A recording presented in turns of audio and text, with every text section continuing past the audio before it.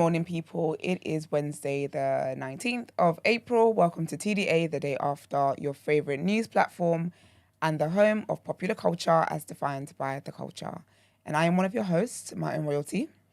And they call me Ema, the pro-black activist, TDA producer and news analyst, melanin jam-packed. That is right. How are we doing this morning? I can't complain, man. Can't complain, yeah. I see there's a bit of sun out and you're out with your white tea. I figured I might as well, get the melanin... Popping. You know what I mean? Rejuvenated. Somewhat acclimatized. Taking... Do you know, that is one thing I love about summer, though. I love seeing men in T-shirts. That is my favorite. Like, I love it. I absolutely love it. There's certain things I just love on a black man. I'm here for it. So guys, since summer's warming up, get your shorts out, get your T-shirts out, get all that great stuff out. But that's good. It's just two of us in the room. And Brent. Yes, I'm Brent. Yeah, I think the other members of staff must be on annual leave or something. Mm-hmm. So let's just get into the headlines. Let's do it.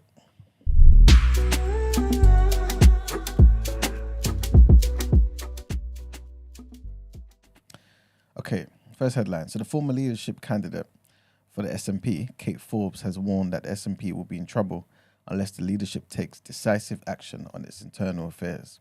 Speaking to the BBC, Ms. Forbes said that people were watching the SNP with astonishment and party finance claims were mind-blowing. She said there was time to sort it out, but continuity won't cut it. The SNP has ordered a review of how the party is managed following recent controversy over its finances. Speaking last week, the newly elected party leader, Hamza Yousaf, said he wanted a fresh approach to ensure party members, as well as the public, could be really confident in the governance and transparency of the party. Since the shock resignation of Nicola Sturgeon as the party leader and Scotland's First Minister in February, the SNP has descended into turmoil. And the next headline, this is a bit of a funny one, yeah. And basically, the FBI has arrested two men accused of running a covert station in China's police force in New York.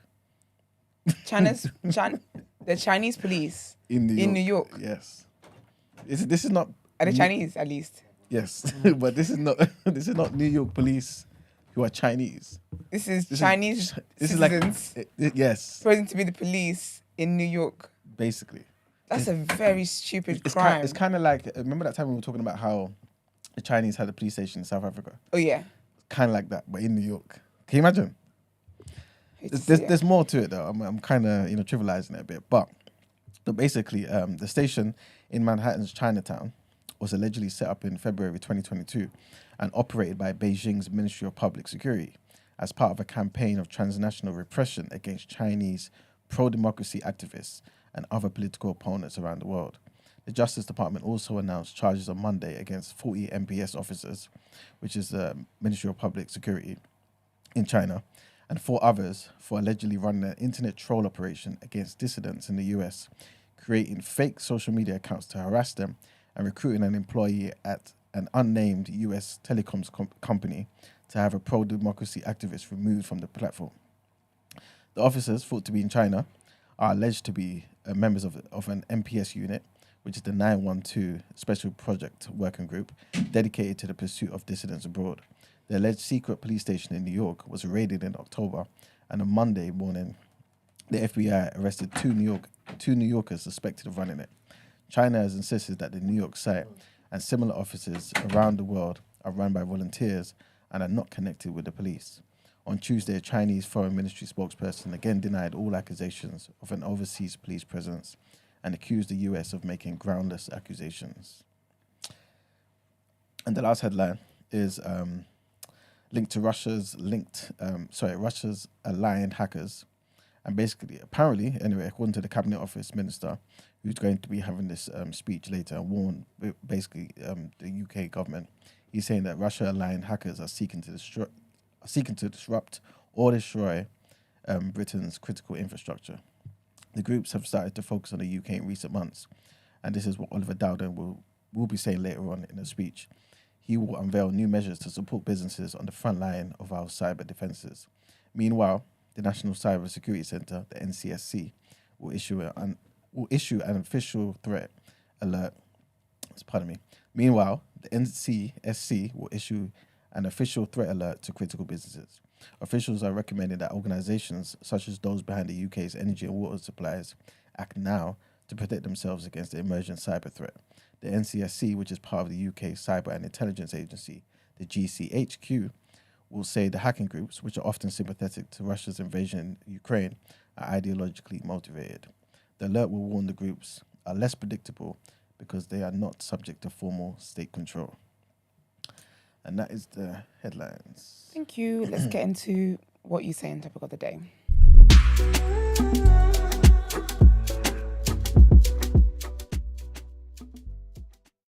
All right. So today's topic of the day, is I'm not too sure if I should say trigger warning first, basically, yeah. Yeah, always lead with that. All right, cool. So trigger warning first. It may lead to some other triggers, basically, or the need to use triggers. I'm not too sure, but that's basically what this discussion is about, right? Okay. I'm gonna play a clip from Insta first. It's about the use of trigger warnings. Basically, yeah. Okay. Yeah, and basically where it may have stemmed from. So I kind of want us to kind of delve into that. Okay. But I'll play the clip first, and then we'll get into it. Start locking kids up and saying you cannot be outside until you're 14 or 15. Lenore Skenazy, who wrote the book Free Range Kids, she became famous as America's worst mom because in 2009, she let her 9-year-old son ride the New York City subway. Not only did he survive, he was thrilled. He felt he'd learned something. He felt he could go out into the world. We took this essential period of childhood from about 8 to 12, when kids throughout history have practiced independence, have gotten into adventures, have made rafts and floated down the Mississippi River. We took that period and said, you don't get to practice independence until it's too late, until that period is over. Now, a couple years before you go to college, now you can go outside. Oh, okay, go off to college.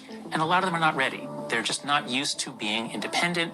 When they get to college, they need more help. They're asking adults for more help. Protect me from this. Punish him for saying that. Protect me from that book. Students are thinking in terms of safety and danger. Students say, by their own admission, they are more fragile. They use a language of fragility, weakness, trauma, triggering. They see triggers all over the world. What are triggers? Triggers are cases where you take a part of your nervous system and you say, if someone says that word, they can control my nervous system and make me afraid and anxious. That's a terrible idea. We should not be teaching our kids to see the world as being full of triggers. We should teach them to live in a world that is physically quite safe, but full of offensive statements and ideas, especially on the internet. But it's not until the 19th. So yes. Morning, Mark and Yusuf. How you guys doing? We good. Am I late? Shit. No, you're not late. How can you ask that you late? So yeah, everyone heard the clip, right? Mm-hmm. So the first question is, this guy is anyway talking about how it only started in the 90s, right? Or the 2000s, whatever, when kids started being more so policed, locked up in their houses, not allowing their kids to kind of roam and have adventures, be independent and whatnot. Firstly, do you feel like that's true? Do you feel like for the older ones in the room, we had a bit more freedom than the ones, like Esther's age group? 100% we did though, innit? Kids don't. Do kids go to school by themselves anymore? I wouldn't know. At what age? I doubt it though. Depends on the You age. do, but Secondary it's school now. older. Like my little sister only just started going to school by herself. How old is She's like she? 13. That's what's that? Year 9. No, okay, she's 12 then. She's 13 in June. I was going to school by myself from year 5, year 4. Primary maybe? school, Yeah, I was going. Yeah. Like walking to school by alone, like from So what is that? But how far was your school from your house? a few miles. What kind of walk is that? 20, 30 minutes maybe. Oh, was it? Okay. It was 30 minutes. That's 20, not 30. so- It's a decent walk. It's from Fields to Hoxton, but yeah, it's a decent walk, man. Yeah, It's a proper decent walk. Like you go over the high roads, Queensland Road, Kingsland High Road. Like it's a decent journey. You get me? We done that. There was a few of us, Yeah. but we was all kids though. Yeah. Like you get what I'm saying? But do you think like that was the streets be like your parents pushing you to be independent, or not in a rude way, but they just couldn't bother to have the responsibility to in school? No, we had the responsibility because they used to take us like we would carpool. Like my friend's dad and that would come pick us up and we'd carpool and we'll go and do stuff like that. Yeah, but obviously we got to a certain age where it's like you don't need to start going out on your own. Yeah, going out on your own and learning and knowing your way to school and knowing how to travel and stuff like that. And like I said, there would be bigger kids with us. Like say if I was in like year 4, year 5, like they was in year 6 and that or whatever. Okay, yeah. But still, I don't think it was. I think it felt like it was kind of like purposeful. Yeah, I feel like times were safe. It was safer then though. I mean, the same things are happening. I think everything's. Do you think so? Yeah, because of the internet and the way and the media and the way things are, it's all in your face, isn't it? So it's always seemed to be, this is worse, this is worse, this is worse. But I feel like the exact same things was going on. Like we worry about for your kids kidnapping, paedophiles, all these kind of things and stuff. Yeah. I'm not saying like they've shut it down or anything, but like it was rife back in the day. Like them man was going, all them man, what's his name, Savile and them, and that weren't. That's not now. That was back then. They was going brazy. But was he caught at the time when he was doing it? Was that years after? Then he was. No, but I'm saying, but it was happening though. Anyway, like I'm saying, so there wasn't have been, like I'm saying, even now, the way it seems now, I think if you let your kids out on the street and they're walking, there's not going to be like a big rise in cases of kids getting snatched and stuff like that. Yeah. Do you get what I mean? Obviously, your brain would think that. I think that's the way that they've made us think. But in reality, do you think all of a sudden kids are just going to start getting snatched off the street? Because what are they going to do with them? I think there's higher crime rates. I think the crime rates are higher now than it was back in the day. And I feel like that's why you guys can walk to school and stuff like that. I do believe the crimes are worse. I feel like there are certain things where the media does highlight it more. So we're more aware of it now. But I do believe things are worse then. Like, things are worse now than, as in crimes... snatches and all that kind of stuff is worse now than back in the day. No, because we used to, the parks and that used to be bad not to be able to go through. Phones, really? Okay. Mobile phones and purses and that getting snatched was really bad. That's why they're better now. Do you know what I'm trying to say? Like they put in strong. There's strong repercussions for stealing phones and stuff like that. Like you can I see man get IPP and stay in jail for 8 years and all that for stealing the phone. Yeah. You know what I'm trying to say? Like so. The fact that they had to do that means it was a problem. It means it was a massive problem. Way more phones were getting stolen back in the day than now. Because everybody knows it's ridiculous. Yeah, that's the thing. You know what I'm trying to say? Time to change, and obviously in this social media era, especially with like even just with CCTV, I think that's gone up as well. Yeah, so like, it's a big deterrent. So I feel like there's a lot more deterrents now to committing crimes than there was back in the day. But in saying that, I'm of that mindset. Yeah, but the times still influence you. I don't know how I'd feel about just sending my youth out into the streets. My kids are to go and do anything, to go to the show. I don't know, because I don't know at what age I'm saying, okay, yeah, this is cool. Even though it was cool for me to like be sent to the corner shop with a list and give it to boss man. I think it depends on a lot of things. You know, just give him you don't even know. You give him the money, you're gonna assume you're gonna get the right change back and all your products. Because even that year, I'd given my niece or my little sister a note to the ice cream van. The girls came back with coins. I said, nah.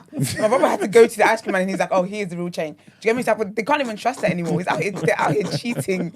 I couldn't believe I gave them a tenner, you know. 2 of them. Insane. They came back with a £1 coin. I said, don't be silly. Go back there. And the man gave them the real money. I don't know. I wouldn't trust that's horrible. That didn't happen. Sorry, when they came back, whoever went to get the money, did they come back with more ice cream? No, my brother went and got the money back. With more ice cream? Compensation ice cream, you're saying? Nah, I don't think my brother cared for that. He was just like, "Where's the money?" Where's the money? No, you can't try to dupe me like that, man. Ridiculous. I'll be so angry. Like, Literally what are you trying to get these kids? Exactly. It's mad. But yeah, I wouldn't trust. Like every day my sister goes to school, I'm just like that anyway. Like when it comes to like safety and stuff, like I literally get very anxious. When I clock the time, I'm like, where is she? Like I'm very, very like that. But yeah, I wouldn't trust. My kids are getting dropped. Do you think it's all the way to sixth form? Do you think it's because your era is an era below our era? So maybe some of that effect of the anxiousness, right, it's kind of got you. No, I think it's also the job I do. Oh, okay. The job I do. Obviously, I'm not gonna say it because people are witches and they'll try to get me fired. They didn't like my opinion on dating. That it's in the legal side of things, so it's made me really, really aware of how mad society is and how crazy people are. For even myself, like even when I go out, I'm anxious. Like I literally, it's wild. Like it's crazy. the lengths I go to for safety. I honestly feel like it's scaremongering. I'm not gonna say that nothing ain't happening to people because obviously there are, but I don't know if it's. I don't know if it's any worse. Things are heightened, obviously. You know what I'm saying? Like, things are definitely heightened. So I understand why people feel this way, but I don't know if it's any worse out there. Do you feel like the effects on I guess the new, let me not say the new generation, but basically, the era just under ours, for example. Yeah? Do you feel like the effects, the trade-off wasn't worth it? So basically keeping them in to kind of keep them safe and whatnot, and then in the hopes that obviously when they're older, they can go out there and actually do certain things. Is it worth it? Because now, when they're older, it seems like they're kind of more anxious, more scared. But they're living in a different time, innit? So they're making, they're being bred and built for a new generation. I don't know. It's like the chicken or the egg. I don't know what one comes first, but they're gonna need different skill sets anyway. Like, do you know what I'm trying to say? Like, they're living in different times, doing different things. Like people say that, oh, the kids are recluses, they don't go out anymore, they're playing computer and all that. But we're going into the technological age. The kids need to be computer whizzes. You know what I'm trying to say? More than we did. So we needed more experience to go and explore and build up the world. They need more. You get what I'm trying to say? So I don't know what the trade-off is, whether it's bad or not, because they're living in different times. You get me? But I thought there was a balance back in the day though, because as much as I was outside playing football, I was still inside playing games a lot as well. I was inside watching TV a lot. Yeah, I was also outside. So I personally, for me, I had a good balance between being outside and being inside. I wasn't just. But kids don't really play out a lot. You don't look out on your street and see kids playing out, just playing out on the street. You don't see it. Yeah, no, I know. Kids play out less. Maybe in the States, kids can still play because they're enclosed, innit? But like on the road, on the street, kids don't go outside. Yeah, what we used to do in my old house was so like the neighbors, all the kids were like the same age. So whenever they'd go out to play, like each household would basically would be like watching over them. So say like they were out this time, my brother will be there with them or my mum or whatever, and then the next day they go out, like Kerry will be watching all the kids, because you can't just leave kids. You can't. Well, we was left to our devices all day, man. We was left to our devices all day. Like we go outside and we're outside. That's a sprinkle of neglect. The thing is, are we talking just about being boys though? Because I feel like in my family, for example, I'm the only boy, and there's 3 girls, and I could tell growing up in terms of having freedom to go out by themselves, I was given that freedom from early. But my sisters weren't. I don't know, because maybe different cultures would be different with women. But what I will say is, I could always picture like a female friend being with us, but like a tomboy one, if that makes sense. So like the ones who ain't into all of that ain't doing that stuff. But the girls who are on the adventuring and climbing trees, and they're there, they're with us as well. Like, no, trust me. Climbing trees. No, that's what because you might be on a tea set thing. That's not your story, but some gal are on climbing trees and that. Were those kids from a certain background? Were they getting passed around too? No, don't try. We're talking about kids. We're talking about childhood, you know. We're talking about. Back on my point. This is what's wrong with society. This is why people are scared, because we're talking about childhood. We're talking about innocent. You're talking about climbing trees, and you're talking what? Sometimes I wish you could be on camera. Listen, and that's why he does what he does. That's why he does what he does. Listen, they grow up quick, is what I'm saying. No, that ain't what you said. You said you didn't get passed around. We're talking about kids. You're talking about climbing trees and that. Let me show you the workings out. Let me show you the workings out. Now, when you said that you walk to school with your friends, I saw it as you walking to school with your friends that turn into gangs. No. All right, cool. So that was probably the thing I got mistaken. Okay, yeah, okay, cool. No. We used to go like boys and girls. A family that we grow together. People, we call each other. I say they're my cousins. People who don't know that, they think they're my cousins, but there's no blood relation. But that's how we grow. You know what I'm trying to say? So it's mixed what boys and are girls. We talking about? Because when we was doing that. No, because I think Esther said that her niece goes to school. My sister. She's 13 now. And little sister, yeah. That tells me it's teenager. Yeah. Do you understand? So I'm wondering what ages are we talking about? Oh, but that's what I'm saying. I was going to school by myself from year 4. Primary school. What was that? 9, 8, 9? Yeah. Like a kid. Like my sister's school was 2 minutes away, and we still dropped her in the car. No way. My kid's school can be down the road. I am dropping you in a bit. Like, I'm walking with you. I can't. I went into that. My cousin done that the other day. Because my older cousin, my little cousin, go to school. She had to learn the bus route. She just looked tight. I was horrified, but she said she got to do it. She got to learn. She said she took her on the bus a couple of times, and then Monday take her without her so she can go and do it. And I'm just like, How did you even do that? That was me with my sister when we had to show like the trains and the times that I was like, you know, like when it's your first day of school and you're nervous. I was so nervous. It was ridiculous. I don't remember who showed me my bus route to school, you know. Same. Probably just told you. I feel like they just told me. Yeah, I think I was told. And obviously, and I think you see a lot of kids in your school uniform. Yeah. When they get off too.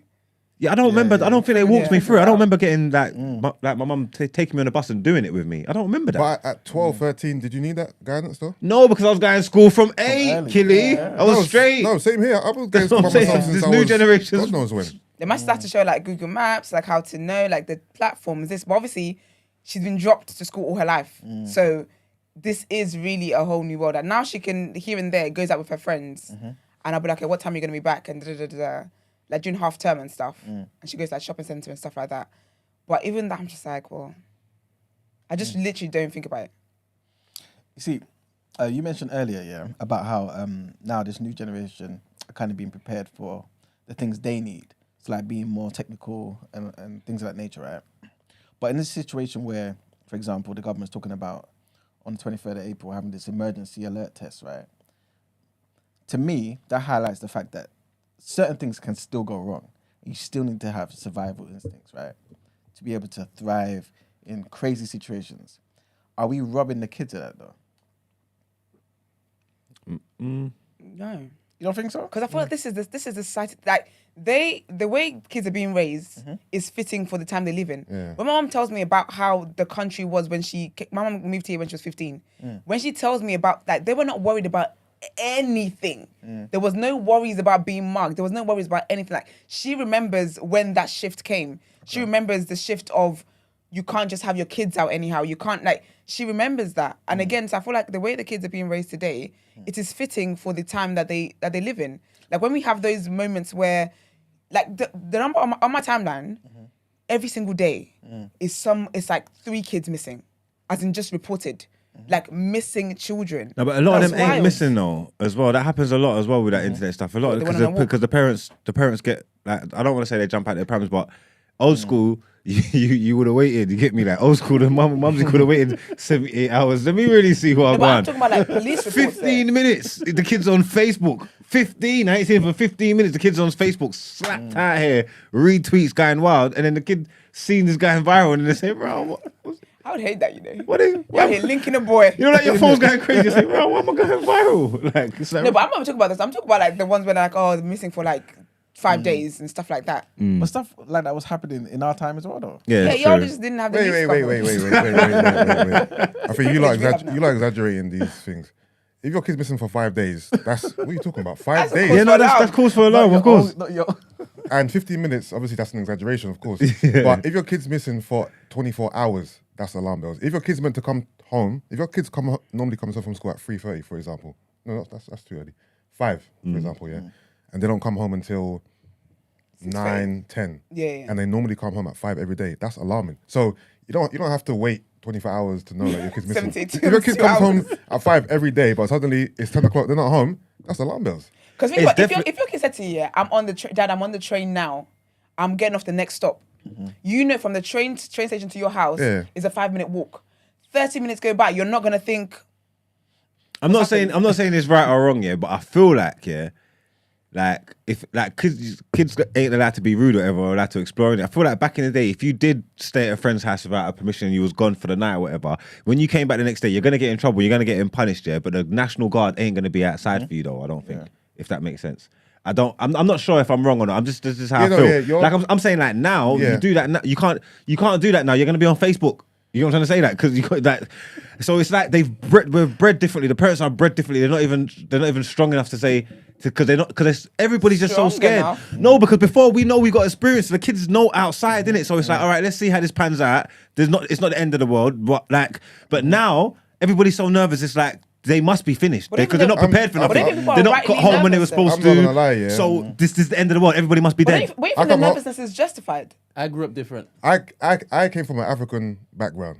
Yeah, Yeah, our parents. I come from an African No, background. I'm not right? saying that. So My parents ain't playing. Strike I'm not two. coming home for 24 hours. not 24 hours. But what I'm trying to say, you come home, you get mashed up, you get disciplined. But what I'm trying to say is the National Guard was not alerted for you. No one told police. The National Guard was not alerted for you. I'm not Yeah, talking because about talking- the police or national. I'm talking about We the didn't have a good parents. I'm talking relationship about the with parents.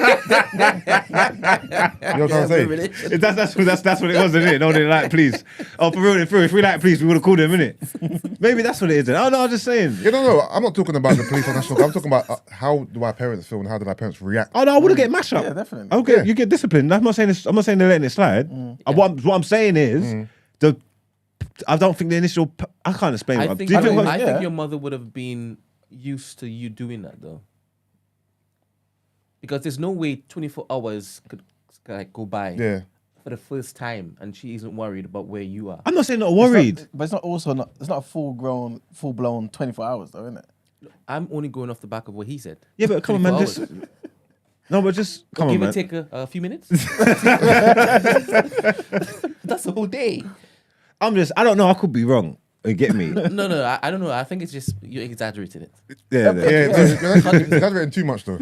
Yeah. You know, like certain times, like you could be out with your friends or whatnot, and you see someone's dad come around the block looking for that person. Yeah. It's like 10, 11. But you're not at night. 24 hours. You're supposed to be in school again. That's not true. You're not turning up for school.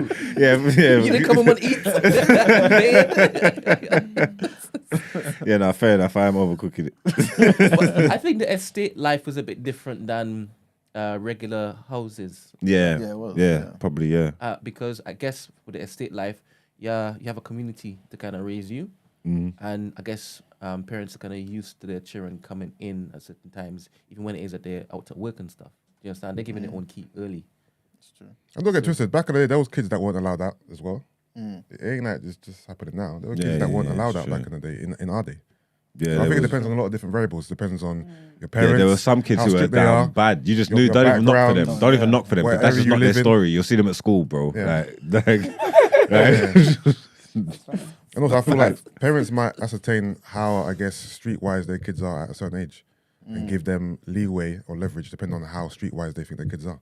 Maybe. Yeah, if Even in they're regards to- talking back to them like- at home and stuff. Going to school, regularly. going to school by themselves. You know what I mean? You can.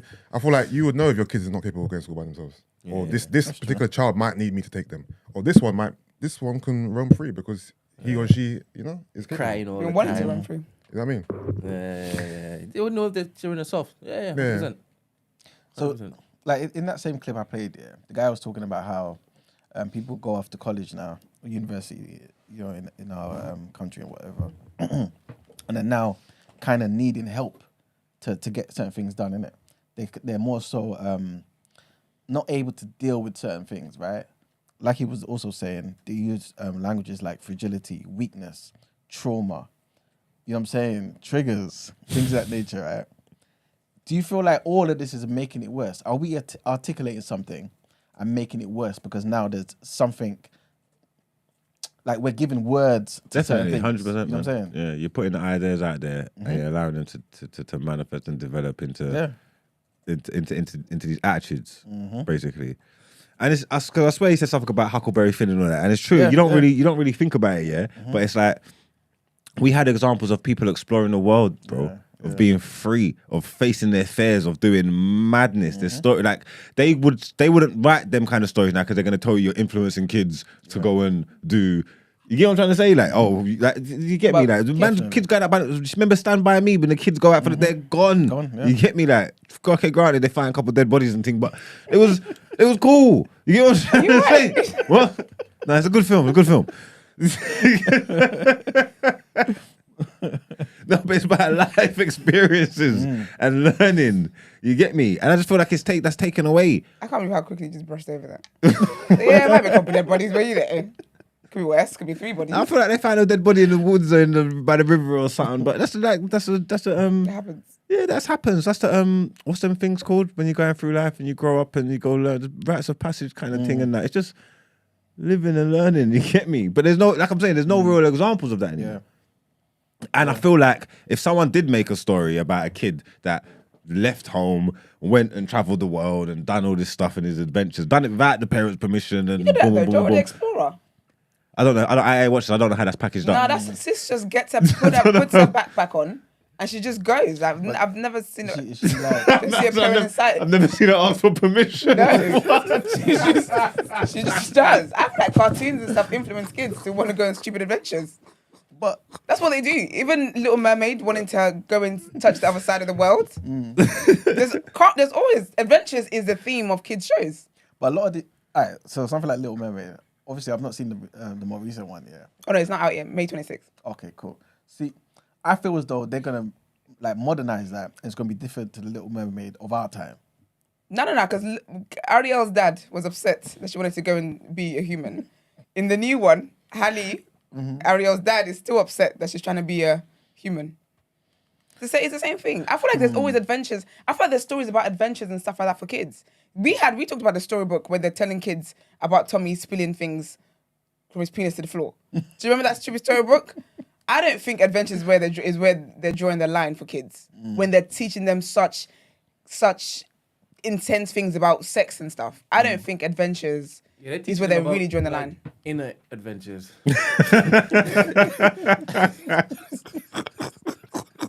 2-for-1 package. You go on an adventure, you get some sex. But I'm saying I could just see them if someone tried to create a book like that, like a kid going on a rites of passage journey to find himself and leaving without permission. Yeah. I could see people going brazy and saying like, "This is bad." Basically, you're trying to influence our kids to like, that definitely. that type of person. Like, I could see them trying to make it out to a negative, and that just speaks to the times that we're living in because it's like, right, like, what are we doing there? And then again, it's so contradicting because they'll be happy to promote them kids talking about getting threesomes in the book. Do you know You know what I'm trying to say? Yeah. Do you know what I say as well? That I feel like the time we're living in is actually fitting for everything. Because we're in a place here at the moment where like certain people are trying to legalize like paedophilia as a type.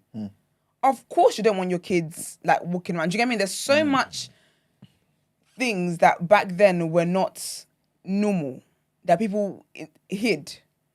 Now people are just out here roaming free with it. Of course you're good. Like, I really feel like the safety and the warnings are given to children today is fitting for where they live. Even when you think about like social media and like the age bands on social media and telling them about like don't talk to this person and the technology, the ICT lessons, and let them know don't talk to a stranger, don't only add your friends, only do this. All of that makes sense for the time they live in. That wouldn't have been a thing during High Five and stuff because whatever. But what she's saying is that's a big fact though. You know what I'm trying to say? So with the rise of internet and social media and then parental controls on them apps and all that, yeah, it's changed a lot. So now like you would let your kid go outside, know that your kid's going out to knock for his brethren or stay in the state or go to the park or whatever, and you know that's what they're doing, innit?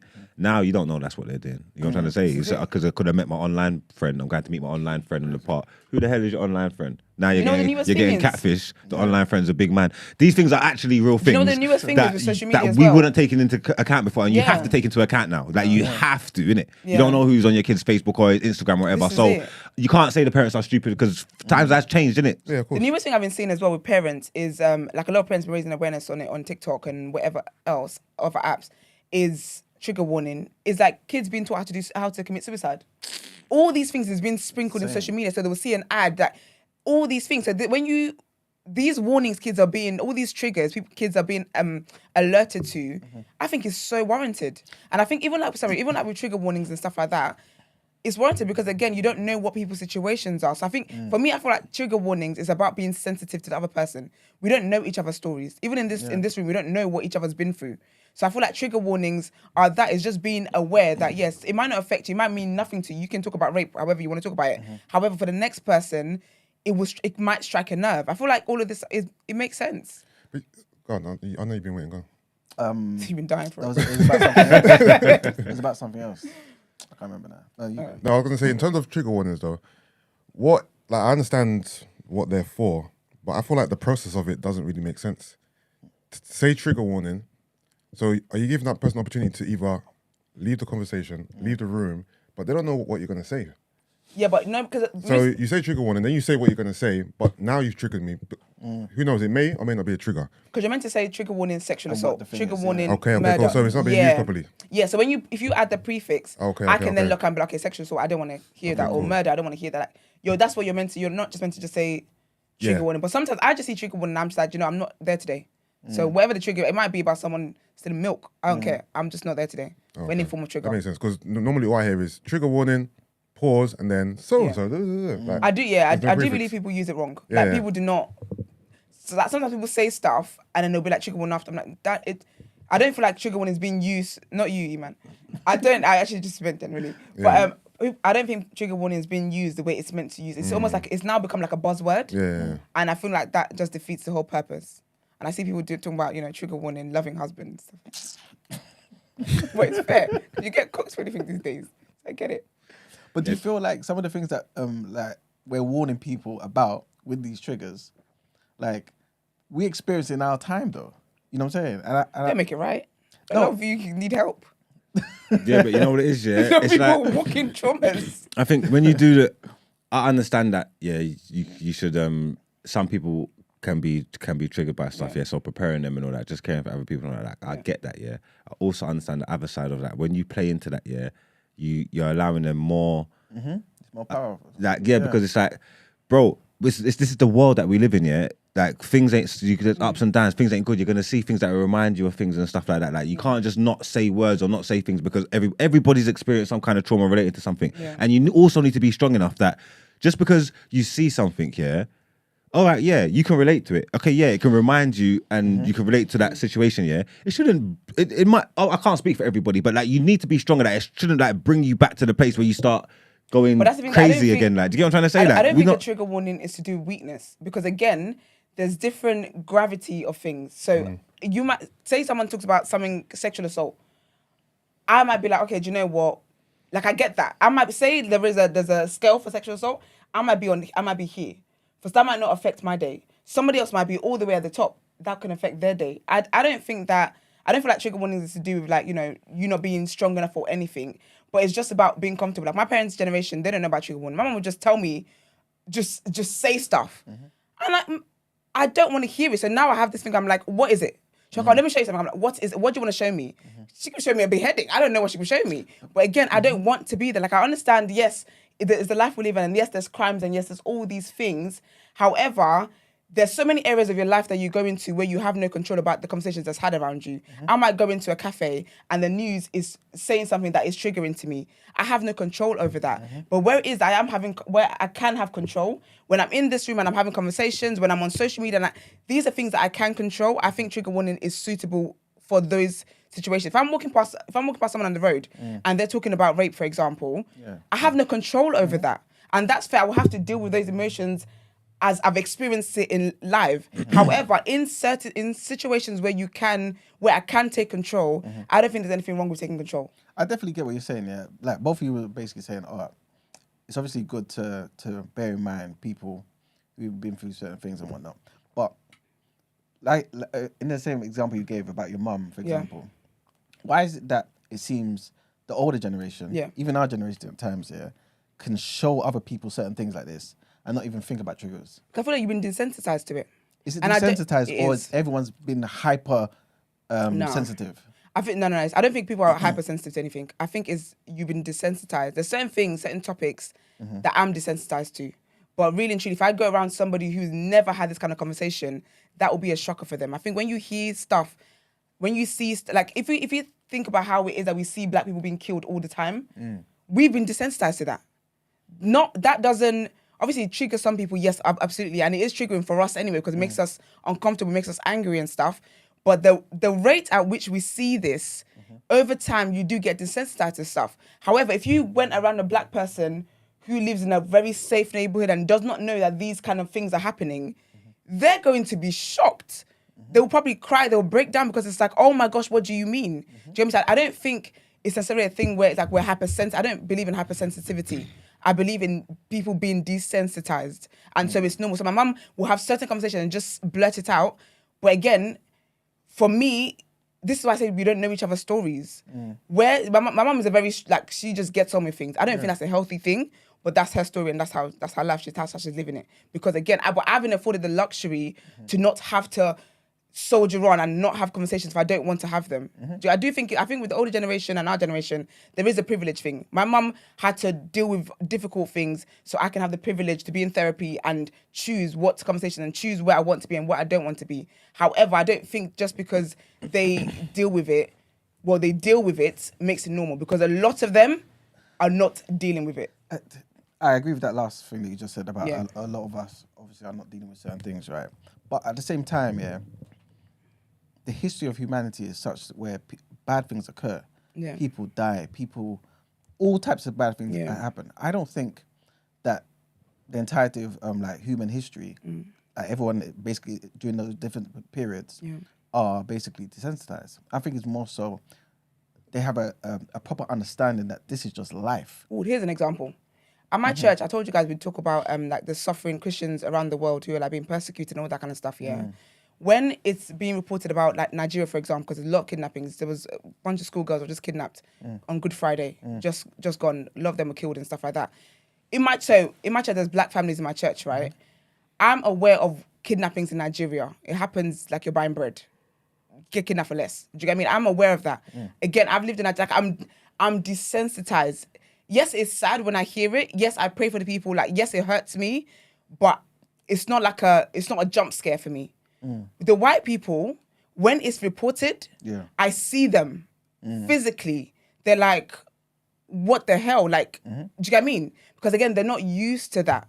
If you're someone who's a Christian, when you hear about, there's a lot of Christians who are beheaded.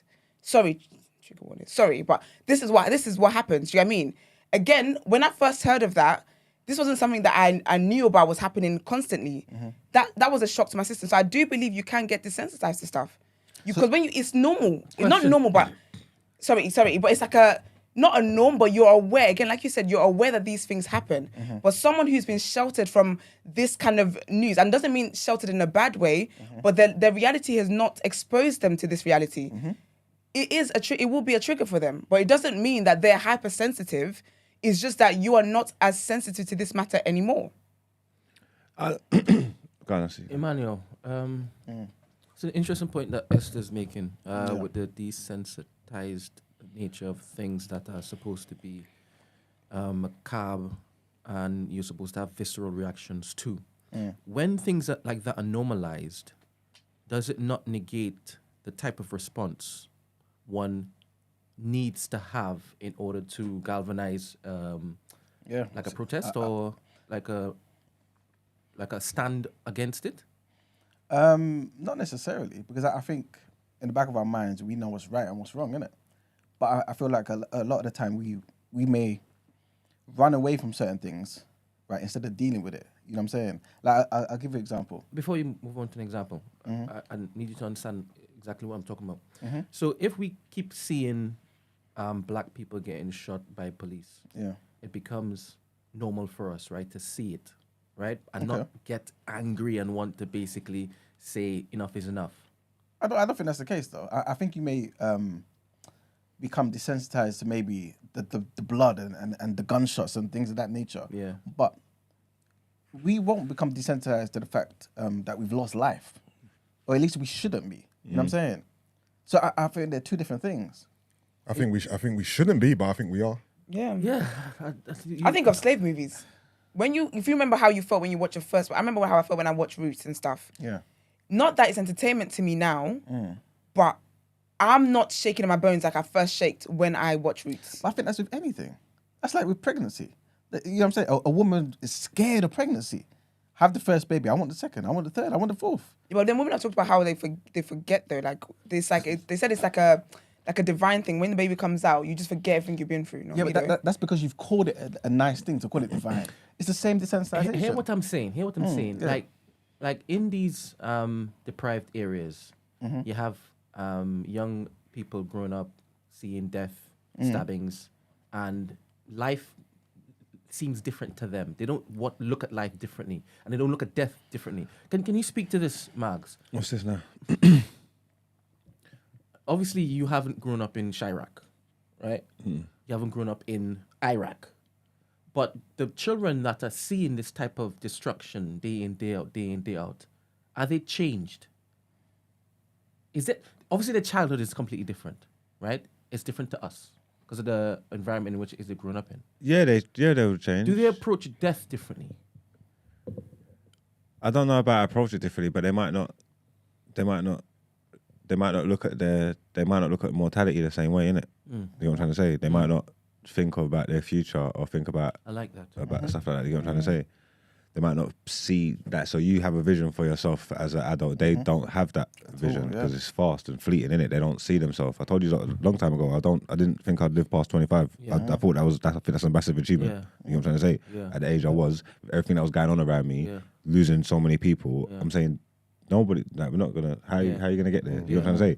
So that would affect your outlook on things. Yes. So in saying that, let me circle back to my original point. If we at young ages are protected, or even ages full stop, all during our lifespan are protected from masses of traumatic data coming into our brains, we will always react to it in the manner in which it is. We should be reacting to it in a visceral, objective way, as opposed to us getting used to seeing it being normalized, and in Marg's case, looking at mortality different.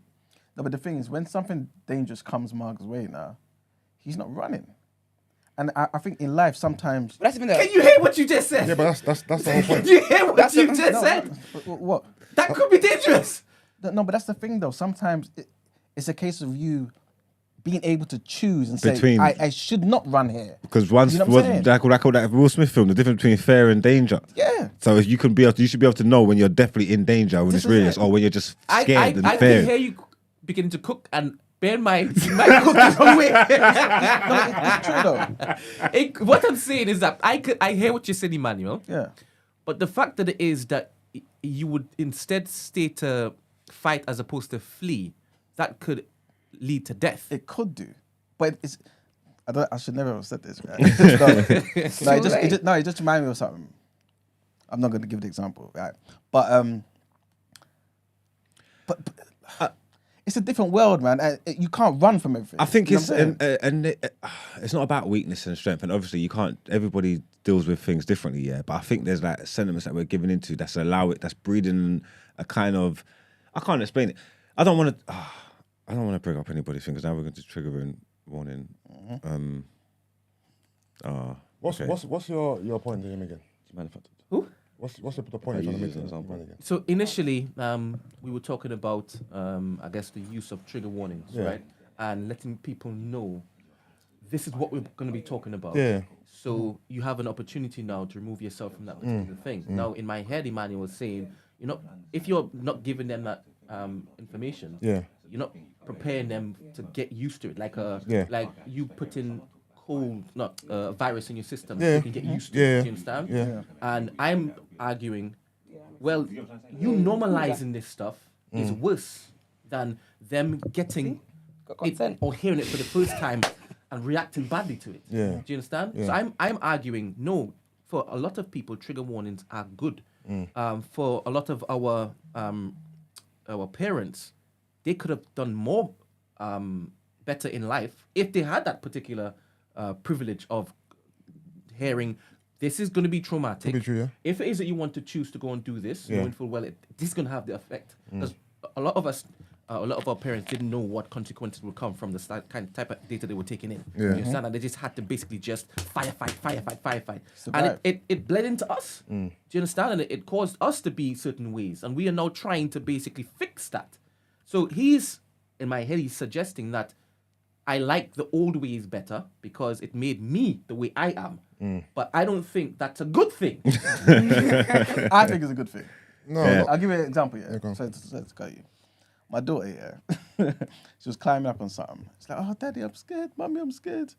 I said, "No, you're not scared. Don't talk that nonsense." So Mom's like, "Oh, she's scared." I said, "No, she's not scared. She just learned the word scared." Prior to this, she was going up and down the The thing. kids love when they learn a new word. They start using it. That's what I'm saying. But now we're giving like words to things. It's like, oh, okay. It's like you're now having to take on the reality of that thing.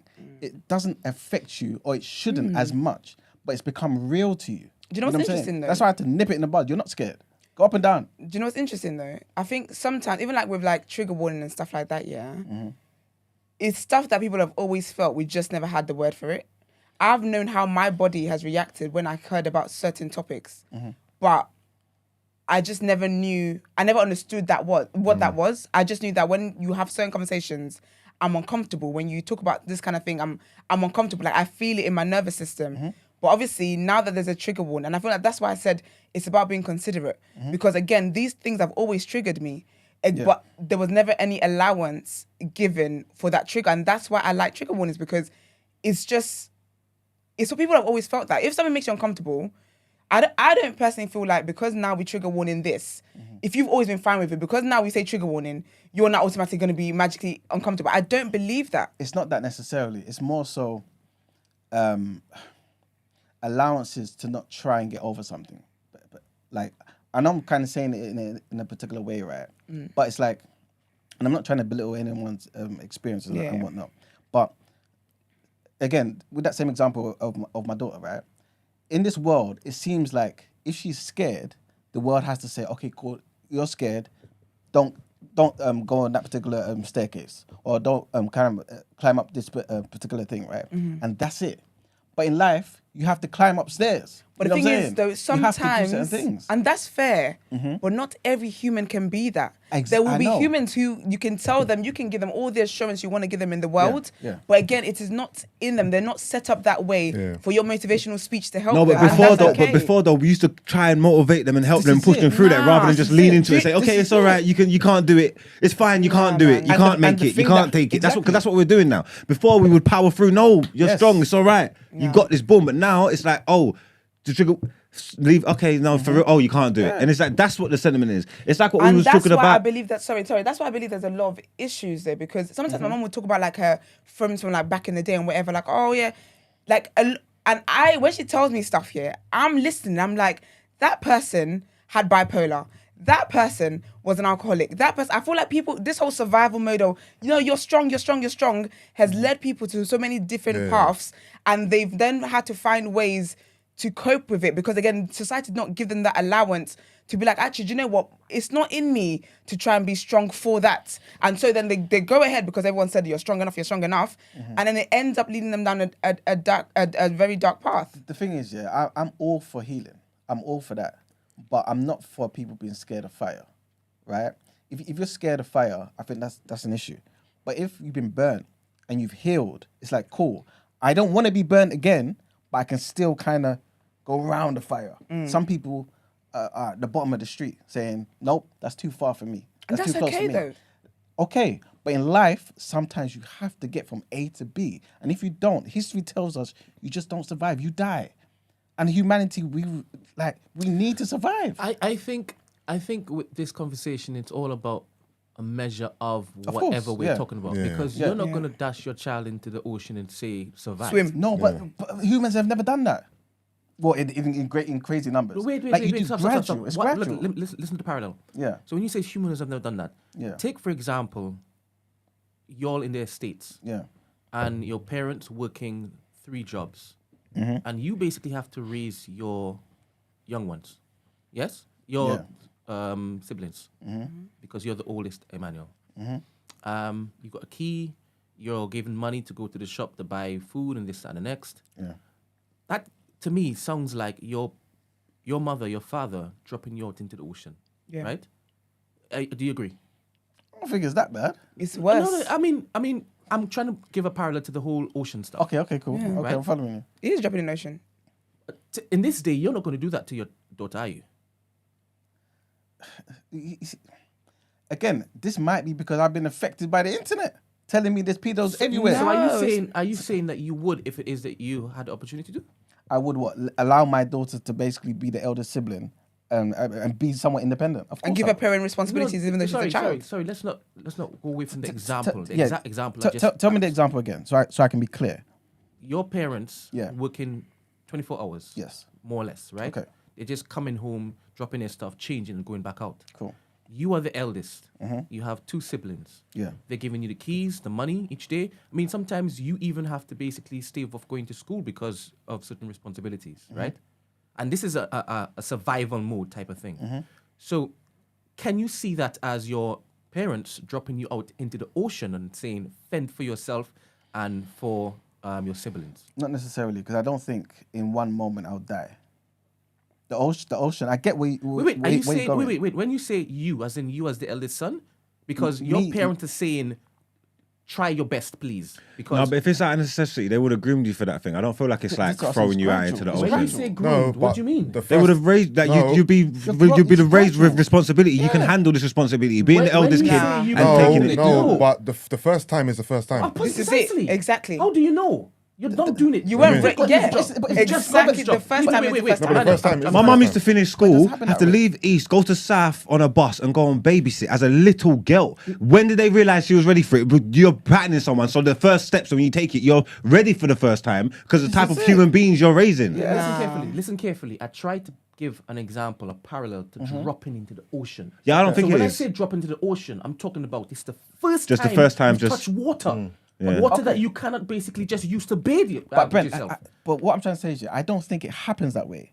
Like when my parents left me in charge or whatever, they knew I was capable because maybe the day before, the weeks before, I was doing other things here and there. I was maybe tidying up. I was making food for myself. I was doing certain things. You can make an extra plate now because you can make a plate for yourself. I can So- hear your so argument. it's I can hear your gradual. argument that your parents might hazard a guess that you can basically do this. Yeah. Do their role. Yeah? But the fact that it is that they're now putting their role onto you. Yeah.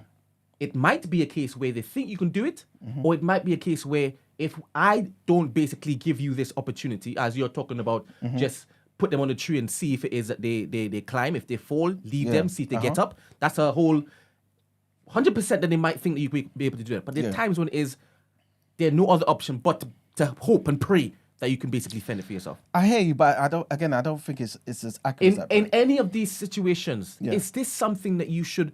Do you think that if they had the resources, they would do willingly?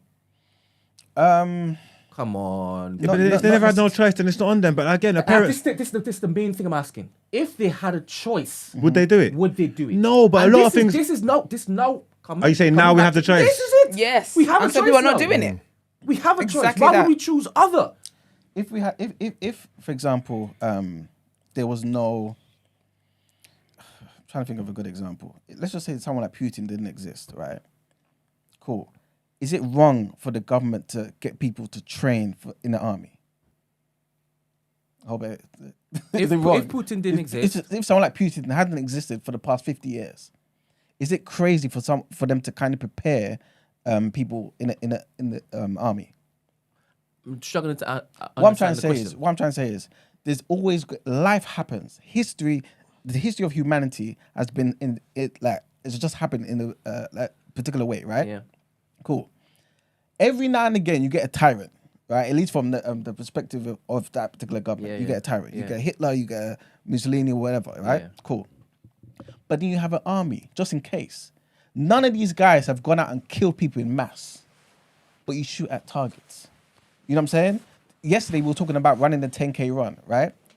Every now and again, gradual. You don't say, look, one day you're going to need to run 10K because in my lifetime, there was one time where someone had to chase me from here to there. And it happens when you're 19. Cool. No.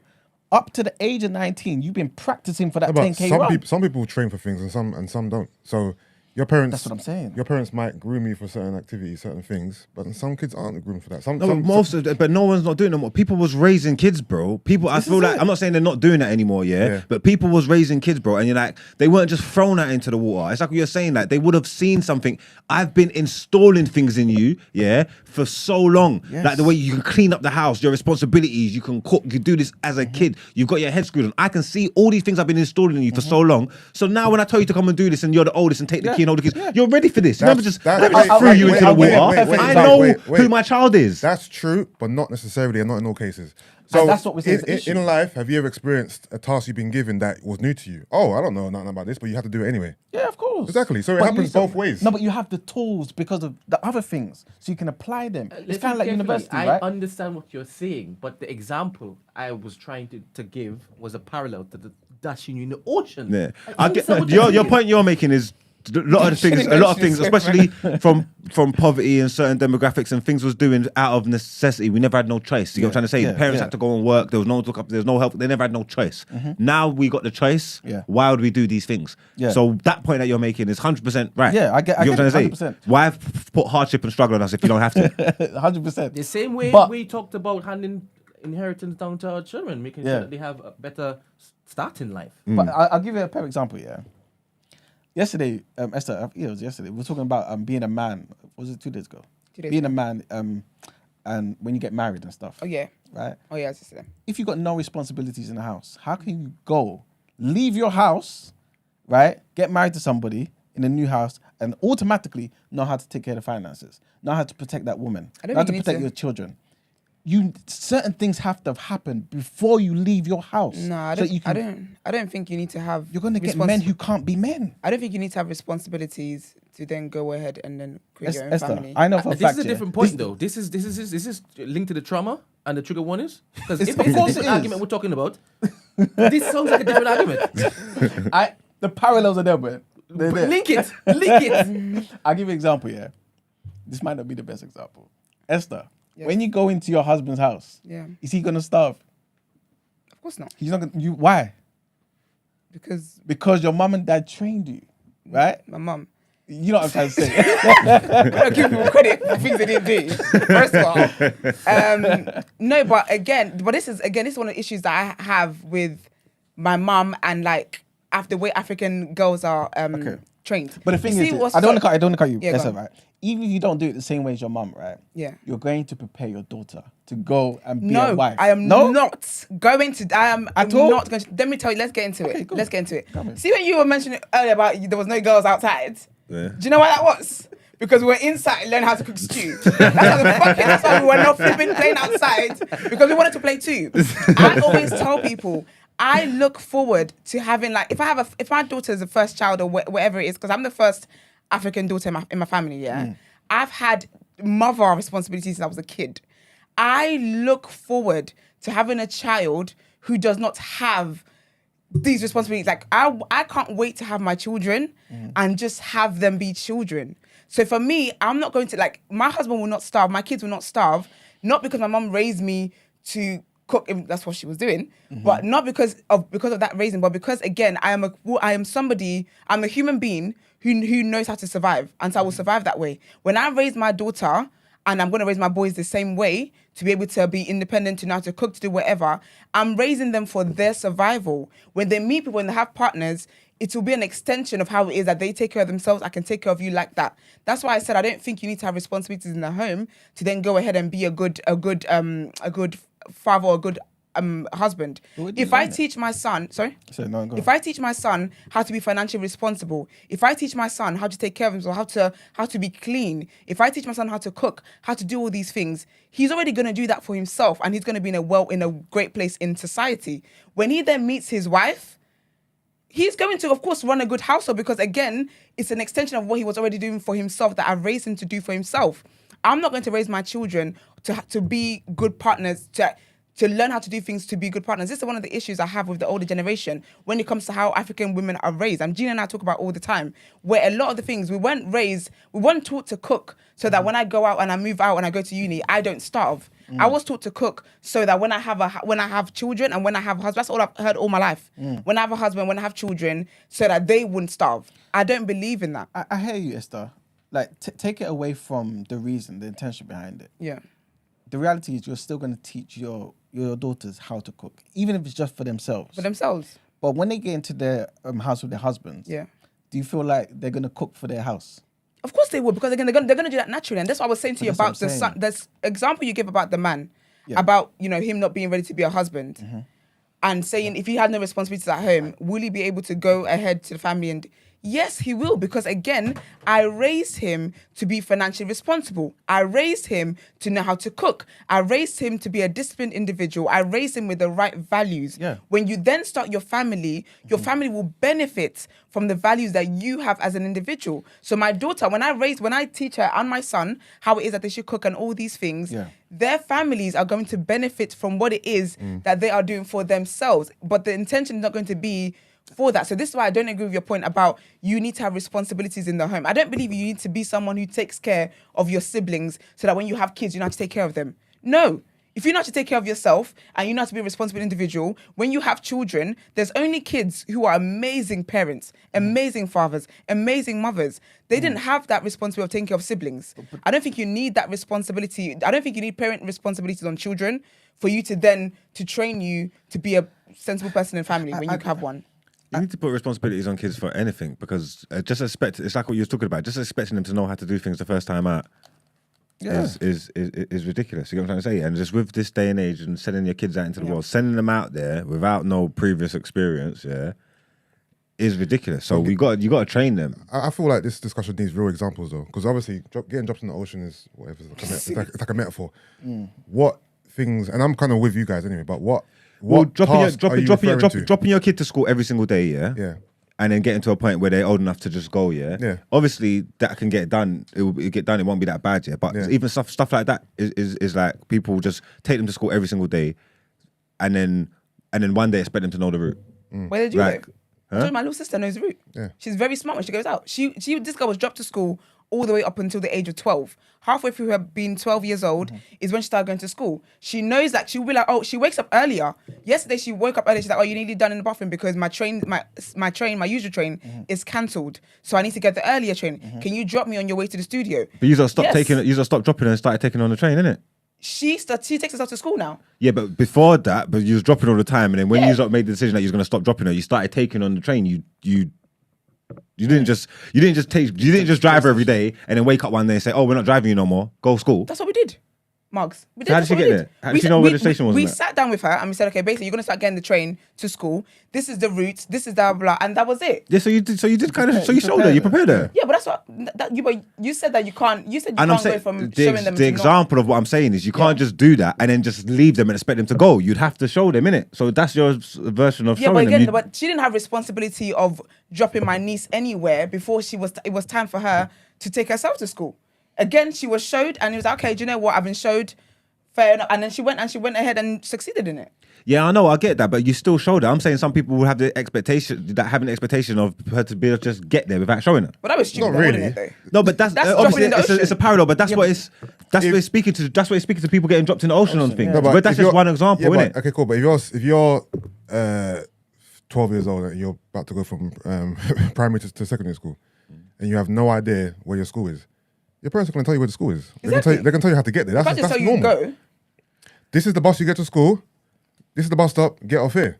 And right? this is the example that we're using, and obviously it's a parallel to certain things. Certain people are sheltering their kids from things and don't want them to experience nothing. You get what I'm trying to say? Like they're not even prepared to try and let them think so they know in it. So then they're just gonna wake up one day and just be experiencing these things and not have nothing, like no previous experience of it. All right. So I think, like I said, this is all a measure of different things, and we have to use specific use cases when discussing this because we initially started talking about trigger warnings, right? And I can see an example of a parent not letting their child go out with the other children to play in the playground as sheltering and not preparing them for what society might be like even from a young age. I can see how that could be bad. But in the case in which it is that this conversation started, that's not the equivalent. Yeah. It's not. For example, let me use an example, right? Trigger warning, sexual abuse, rape. Let's take an example of a young boy being raped when it is that he was 5, repeatedly by his uncle, right? And he grew up, didn't process it, didn't talk to anybody about it, and then later on in life, he starts getting triggers each time as he hears or sees certain things, right? This person has not processed this thing. So each time he hears or sees a particular thing, something happens to this particular person. If we can provide a warning that we are about to basically trigger you again, even before you've gone to counseling or any sort of therapy in order to basically cope with hearing this willingly, why shouldn't we do that? And why is it that's not the problem. Wait. I thought this is what the conversation was. It is, but what it is, the people that need it, and there's people that you need to be respectful and mindful of their situations, they're the ones that they're getting caught up in the fog. It's people who are whose situations ain't like that, who you're doing trigger warnings because they spilt tea, and then you're treating them as the same as the people that stuff happened to. Differently. Tell me again. Do you see where I'm coming from? Try me, because sometimes I can't do it. But the thing is, if you're doing trigger warnings in a mass situation like this, like being on the show, how do you know who's going to be triggered by what? So you have to say it anyway. You could have a pool of people, 100 people. Some of them may be triggered, some of them maybe not. You don't know who's going to be triggered by what you say. Therefore, the warning's for everyone, just in case. Just in case. Yeah, 100%. But I think it also creates an environment where people feel like, okay, anything that they go through, right? Because it's something that they've gone through, they may need a trigger for that particular thing. And what we're trying to say is some things, at least from my humble, perspective, don't require necessarily triggers. Some of them are just like things that happen in life. Like what? Give example because Thank you. Give examples. Give example because there are certain things that need trigger warnings and there's certain things that don't. We can all agree on that. So let's talk about actual real examples. All right, let me try to think of something. You might have to come back to me because I can't think of something. And I apologize that we didn't look to specify the need for specificity and clarity before you sent us the questions. I think that's important. Like what? It's very important. Like, what does it to? require a trigger? Yeah. Because in my mind as well, the thing is that I think a lot of times we can get really stuck on our bubble, our experiences, what it is people around us have been through. Yeah. But there's things that people have gone through that this is what I said at the beginning. It might not be a trigger for you. You might not think it's that important, but in reality, it really is. You haven't been exposed to that.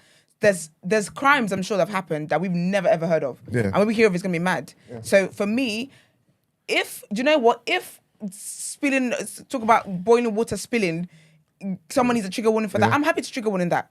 I'm happy because again, there might be someone who was a burn victim as a result of that. Saying. You don't know. There's 5 people in this room, right? Everyone's had different life experiences. Everyone's gone through different things. Everyone has a different tolerance level. And coping mechanism for different things. Yeah. What might trigger you may not trigger me. What might trigger Esther may not trigger Marks. Right? I only have triggers. Exactly. I don't exactly. affect my emotions and that. Exactly. No. Trigger. So you don't like talking about finish. So but it doesn't make me get up. Make sure you're comfortable. It doesn't make me upset though. It doesn't affect my day. Man. All right. Okay. So if I'm talking to Margs on an individual basis, I know I can talk to him in a certain way because he's not triggered by certain things in it. So you can have maybe an open conversation about trigger warnings because I know you're built for that. If I'm talking to 100 people where I don't know people's propensities or people's tolerance for certain things, I gotta give that warning because I can't cater what I'm saying to all these individuals who I don't know. Hence that's why it's important in mass. If I'm talking to you now, you've expressed highly that you're not affected by a lot of things. So I can treat you differently, right? If I'm talking to Esther, maybe different. I'm talking to Brent, might be different. You got to cater to the individual. I think what you're saying is right, and I don't think I'm on like abolish trigger warnings. I think it's more how you, and obviously every case is different, innit? Yeah. I just think it's more about like how you treat people. Do you know what I'm trying to say? I think some people's triggers should be taken seriously and respected, and again, I don't know because I haven't got cases for it. But I'm saying I've seen some people, and obviously it's not my place to say what's important and what's not important. Don't get me wrong. But again, the example you gave of a boy that's 5, that's been very rare. I've seen people treat stuff that's not as severe or serious and treat it like it's just the same, and then put everybody in the same thing, and then say because it's triggers, and that's not true, man. That's not the case. That's the thing, but even with doing that though, now what people end up doing now you're doing Olympics for sufferings. Sufferings Olympics. You might think it's about how things affect people individually. It's about how that individual is made up. So what you might think is not as deep as this person went through. I may have been I'm not do Olympics in that, but like a crime might have happened to me, a crime might have happened to the person next to me, right? You might think hers is worse. That's fair, but you don't know that, you don't understand the impact that what you don't think is not as bad as the other person has had on me personally. So I don't even think it's for us to measure what is worse and what isn't worse, because again, that is so subjective and depends on that individual's makeup. The thing is this, I think you're right, but I think some of my issue is how we got there. And I think it's more so like, okay, cool. Like Mark is saying, this particular trigger, to us, it's like 99% of the population will think, oh, you know what, there's no issue here. But in 2023, like 100% of the population thinks there is an issue here. Yeah. How did we get there? And what I'm trying to say is, there was a time where certain things was like, you don't really get trauma from this type of thing, right? Cool. I know you may disagree with that particular thing, right? Oh wow, But 100%. I've already got an answer for The you. thing is, people were going through trauma, but it wasn't being discussed. It Thank wasn't you, being Yusuf. No, 100%. diagnosed. This right? is it. 100%. That No, is but it. I'm not talking about. That's exactly I'm not it. talking about. Again, respect. No, but that's how we got here, though. We have more knowledge now, so that is how we got here. Yeah, but there's more These things have always been triggering for people. Yeah, but there's These more things have soft. always existed. There's more softer people. Look, Yeah, yeah, but so, no, wait, sorry, one but second. This No, thing sorry. about soft and hard. Okay, cool. though, that's Let me give you an hard. example. I'll use my own self here. And again, it's not like it's just my opinion, whatever. Yeah. What I said to you before, about trigger warning, like fire and stuff. You've been through stuff. Yeah. Your house has been burnt down and stuff. You lost stuff in a fire, innit? Yeah. If I was around you, and there was stuff going on, I don't know, there was a report on something serious like Grenfell and stuff Yeah. and stuff that happened like that, and it triggered you and it made you feel a certain way, right? Yeah. I'm fully gonna understand that. You get what I'm trying to say? Like I'm gonna be here and I'm gonna support you for that. You get what I'm trying to say? Like if we came outside, and there was a bin, the garbage bin across the road, and the bin was on fire, and you started acting like a psychopath, Yeah. because you're relating that fire, back to your yard, I understand this, your trauma and you're going through and you're thinking how you're thinking, but you see me as a man, I'm not gonna let you, I need to tell you, stop the foolishness. But you know what it is? You know what I'm saying? That's And the problem is, interesting. there's nobody now is gonna want to tell you stop your foolishness. It's interesting you said that, because actually I remember a few months, not even a few months, maybe a few weeks or whatever, after I had my house fire, I remember I was driving to the studio and like there was, I can't remember what part it was, and I could just see like massive smoke. I got in panic mode driving. Yeah, but that's a big, massive. I get it, like, and it's No, recent. but that's the thing though, because the thing is, even like for the longest time, like even till now, I will still, if I'm going out or whatever, I'm checking all the gases, I'm doing all these things. So again, I might see someone having a barbecue. For me, that could easily, because I remember how the way fire works, fire goes out of hand quickly. I think if I saw something burning outside, I think it is right if I was triggered by that, because I understand how quickly fire spreads. The fire that happened in my house wasn't just a thing where it was flames. Yeah, but and that's you, and you're allowed to do that. But then what about everybody that's around you, that's supporting you? They're not picking you up and telling you, no, come on, be strong. They're gonna tell you and allow you to say, oh, the bin's burning, it's all right, and play into it. And then now you can't function around any It's fire. not really playing into it though. It's not really playing into it. Accommodating. The thing is, if this scenario happened, I wouldn't like baby Esther wholly, but it will be a combination of maybe support Well, you and understand. being Yes. comfortable and trying to make her feel comfortable. Being understanding, being supportive. It's not going to be, stop the foolishness, but I'm definitely going to have a good measure of being stern and being kind at the same time. Yeah, and I think that's what it is. That's still your version of stop the foolishness. It's You not. get me? You're gonna No, try and help her to stop the foolishness. You're gonna No, try. it's not. But that's the thing. It's not No, but branded I as ain't looking at foolishness. that act as foolishness. I'm looking at it Do you as get someone what who's you're gonna triggered say? by I something. don't think you would see me in this situation. You would tell me stop Yeah, foolishness. it's I important promise you for you wouldn't. in these moments when everybody's hyper focused on what you're saying to basically say, I know I am saying stop the foolishness in this tone, but I would actually say this, because people would hear you and think you've just done that hard love to her when you wouldn't do that. You wouldn't do that. You wouldn't do that. Mark, Yeah. you're not seeing me crying I'd say stop and the looking at me and foolishness. telling me stop the foolishness. And I knew it was just over the bin. Yeah. Yeah, I don't think you are. I'd probably say it in the night. I'll say, Esther, please Stop the foolishness. stop the foolishness. You wouldn't say that. You wouldn't. No, you wouldn't. You wouldn't. No? You wouldn't. You wouldn't. In your you would mind, not. you might be like, "This is crazy." And also, But again, You be seeing her, and because you know her, because you have that relationship with her, And you know why that's a trigger. That tone is not going to have an effect. It's only going to basically, how you talk to me like this in this moment? I called you one time for something. I was putting my business out there, and that was the best time you could have said to me, Stop the foolishness. "Stop foolishness, don't be stupid." But you never. And you didn't. You walked me through. You asked me questions, and you were like, "Yeah, it's not a good idea," and that was it. You ain't telling me stop the foolishness. Yeah, I think in those scenarios You where got people are it. triggered, I think it's important not to project yourself onto others. Yeah. This is And it. tell them what they should do based on what you would do. You're not in their scenario. You don't know what's happening in their mind. You know. You know? You have no idea. I think that's a very good point. Yeah, but I think one of the main things for me is, and Mark's said this. Yeah. How do we allow people to function? Because my thing is, with the trigger warning, what typically happens is it allows that person to be like, no, I don't want to hear it, and you walk away, Yeah. right? But how do they function in life where this life is full of trigger warnings?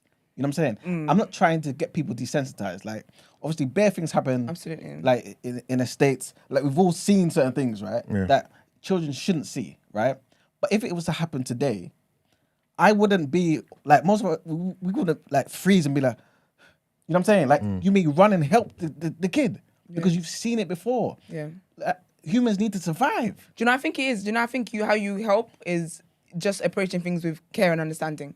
Like the example you were saying, how he would, if he saw him in that fire situation, for example, he would approach it with, I get why this is triggering her. Yeah. Approaching with understanding, approaching with care, and I think that's what it is. Obviously, if something's happening in present time, that person might not be in that place to hear it. But if, using the fire example again, you called me afterwards like, oh, like, that you talk about it. I think that's what it is. Like, if you talk about something and you say, and you encourage me to kind of be like, do you know what?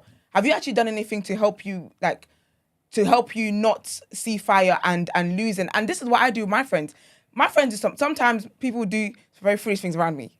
But when I'm in that situation and I see how they're reacting in that moment, even if it's a situation they're caught, like whatever the circumstance can be, it's not about me chastising somebody when they're emotional, when I can see something's affecting them. That isn't love. Mine is to be there for you in this present time. However, we're going to address this so that you don't go through life again. Because again, for me, I think it's important in whatever circles you're in or whatever, to be aware that everyone has different experiences and create safe spaces for your friends and your family and whoever where you can. But my friend, we might go somewhere and someone talks about something and that might cause us to freeze up or cause us to react or break down or whatever. Yeah.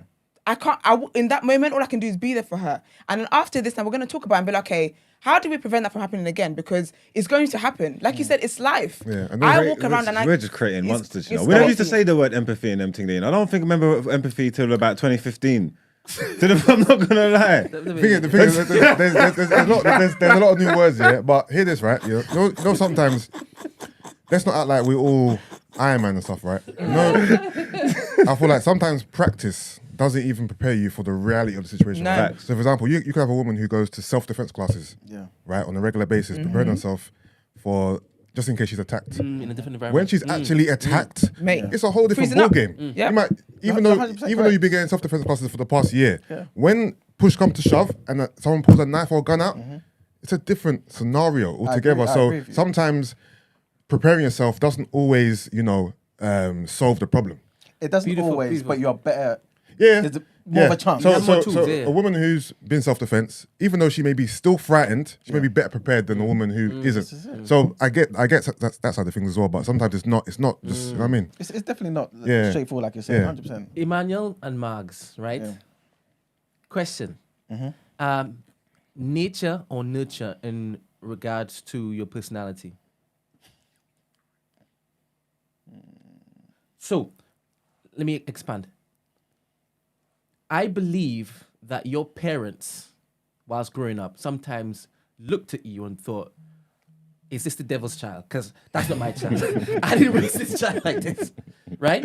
You were doing things that your mother didn't rear you to do, right? And that's how she probably knew. If you were in certain situations, you'd probably handle yourself. She'd probably tell her brethren, he's got it. Not because she's told you or taught you how to do this, that, and next, but because this was just your disposition. So when it comes to some people not learning or their parents not teaching them certain things, it's because their parents, as you said before, their parents might have observed them and found out, even though I didn't teach this child to do this, that, and next, this child was just hardened. This child just sees things differently. The same way how if Esther was sat in the studio and we were talking about fire, and you know how sometimes you hear children go, and you could see that they're trying to basically like ask you to be sympathetic to them or empathetic to them just for attention's sake. That's when you can do the whole nah, stop the foolishness, because that's when it is, it's a plan, it's a ploy, they're playing with this. But in the other example, there's no way you'd approach it that way, even though you claim that you don't have any empathy. You're sitting there claiming I'm an you empath. learned it in 2015. I'm an empath. That's a 100%. You're very silly. You You know, and just said- he chooses to be wicked sometimes. He chooses it. You fully well know you're cerebral in that sense. They're Don't suggest that empathy, you're mate. not. No, I am, but there's a time and place for wickedness. Yeah. I hear that. Yeah. I'm not co-signing this. I'm agreeing with you. You saying that. 100%. 100%. No, you're right, but that speaks to our relationship. So if she was actually distraught, then that's going to take precedent over anything else. But at some point, the way I am, the way I'm built, and it doesn't matter how I deliver it. But at some point, I'm going to let you know you're doing foolishness. If you feel that whatever she's tried before is not giving her that coping mechanism or fixing in that sense, you might try a different method. I think that's how therapy works. They go through different methods in order to basically help you to cope. Yeah. We spent too long on this topic. You know, I'm leaving when I'm leaving. It's time. I can go out word and word if you want.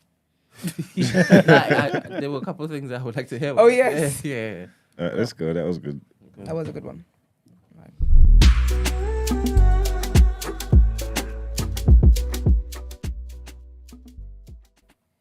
All right, so our next headline. The former boss of business group giant, the CBI, says his reputation has been totally destroyed after being fired over complaints about his behavior. Tony Danker acknowledged he had made some staff feel very uncomfortable, adding, "I apologize for that." But he said his name has been wrongly associated with separate claims, trigger warning, including rape, that allegedly occurred at the CBI before he joined. The CBI did not comment, but has said he was dismissed on strong legal ground. In his first interview since being fired on the 11th of April, Mr. Danker said his termination letter has cited 4 reasons for dismissal. These are the 4 reasons. He organised a secret and private karaoke party for 15 people after a Christmas work event, viewing the Instagram accounts of CBI staff, sending non-work related messages to staff on work messaging platforms, inviting junior staff to breakfast, lunches, or one-on-one meetings. Mr. Danker accepted that some staff may have found his approach at work uncomfortable and apologised for that, but he did not believe his immediate sacking was warranted. Instead, he claimed that he had been made the fall guy for a wider crisis engulfing the CBI. Next headline. I'm not too sure. Not trigger warnings here. Fox News has settled a defamation lawsuit from the voting machine company called Dominion over its reporting of 2020 presidential election. In the last-minute settlement before trial, the network agreed to pay $707.5 million, right, which is about half of the $1.6 billion initially sought by Dominion. Dominion argued its business was harmed by Fox, spreading false claims that the vote had been rigged against Donald Trump. The deal spares Fox executives such as Rupert Murdoch from having to testify. The judge in this case is not required to give his approval for the agreement. Fox said Tuesday's settlement is one of the most anticipated defamation trials in recent U.S. history, and it reflected its commitment to the highest journalistic standards. The Fox statement added, without elaborating, that the network acknowledges the court's rulings finding certain claims about Dominion to be false. The Dominion chief executive, John Poulos, told a press conference the deal included Fox admitting to telling lies, causing enormous damage to our company. And the next headline, this is basically about Doreen Lawrence, who is the mother of Stephen Lawrence. Trigger warning here.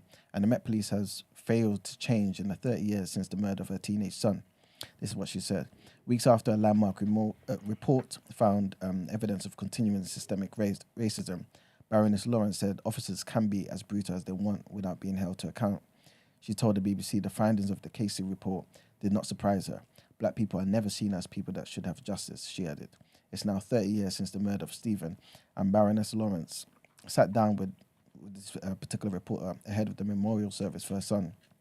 She told him that she spoke to the Met's Commissioner, Sir Mark Rowley, and told him promises of change must be judged against the experience of the public. And that's the end of the headlines. Thank you. Let's get into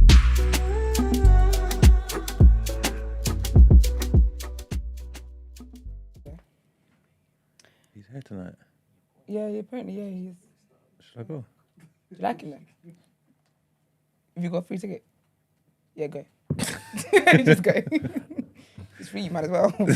That's not how it is.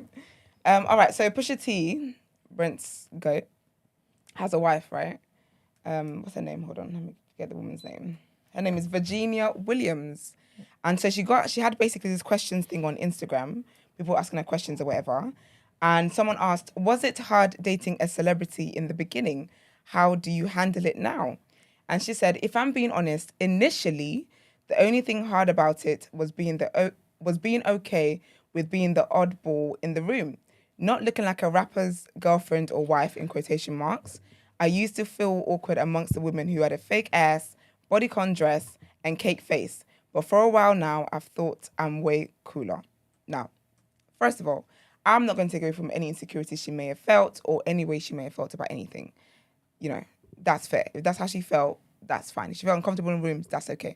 But I don't think that she needed to, you know, point out that girls had fake bums and wearing bodycon dresses. Not wearing a bodycon dress does not make you better and more wholesome than the next woman. Maybe you just don't have the body for it. Or you might not want to show the body. You may have the body and you don't want to show it. That's all well and great. But basically, she was getting cooked. I'm on the fence about whether or not she should have been cooked. She kind of deserved the cooking a bit. I'm like, maybe she didn't. It's too harsh. I don't know. Maybe it was a bit too harsh. Because I kind of get what she's saying. I feel like there was a better way to word it. She could have just said, you know, I felt uncomfortable and I didn't feel like I fitted in.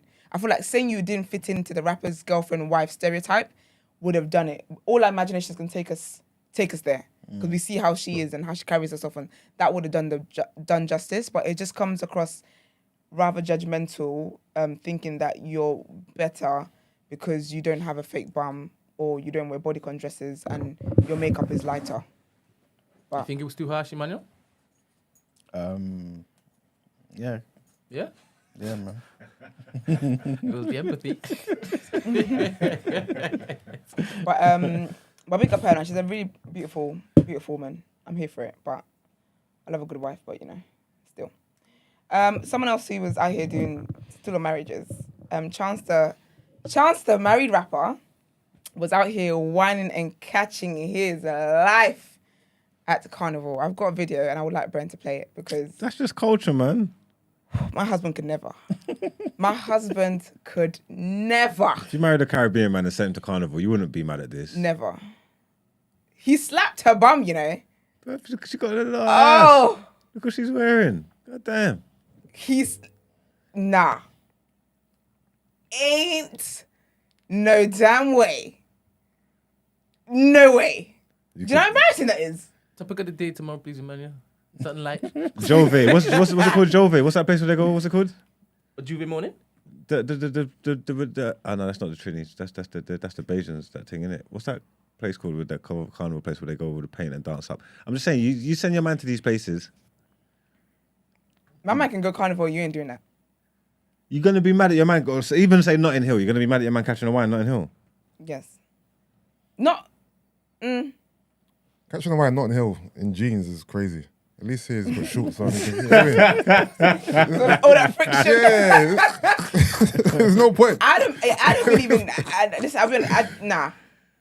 I don't know if I'm here for it.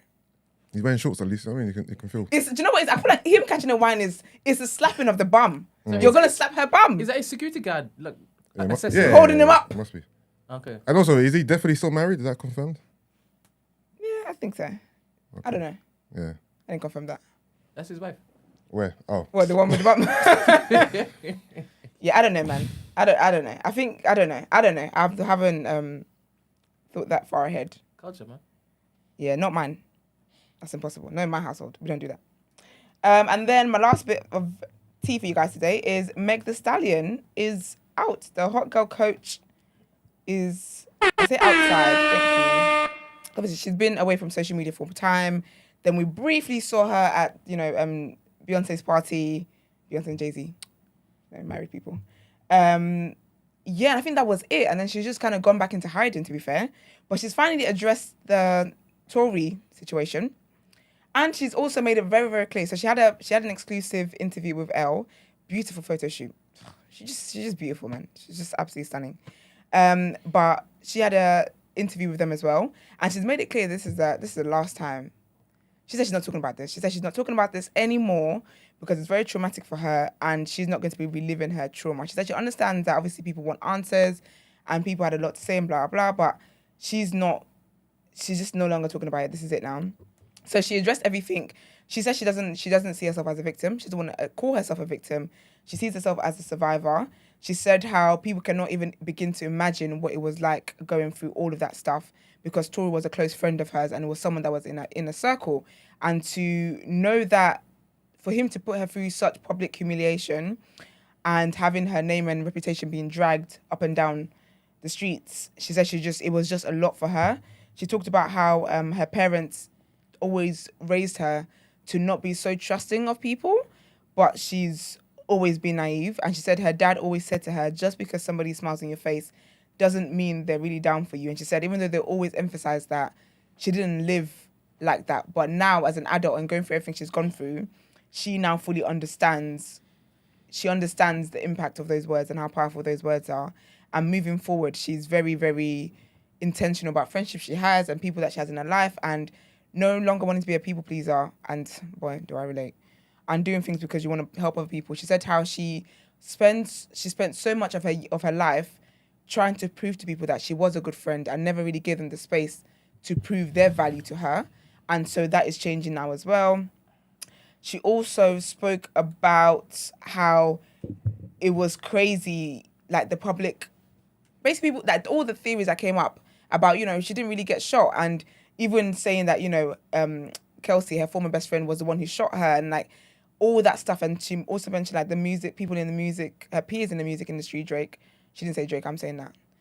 Bitch ass. But anyway, talk about like people in the music industry who made like memes and jokes and sneak disses and all that kind of stuff and how hurtful all of that was.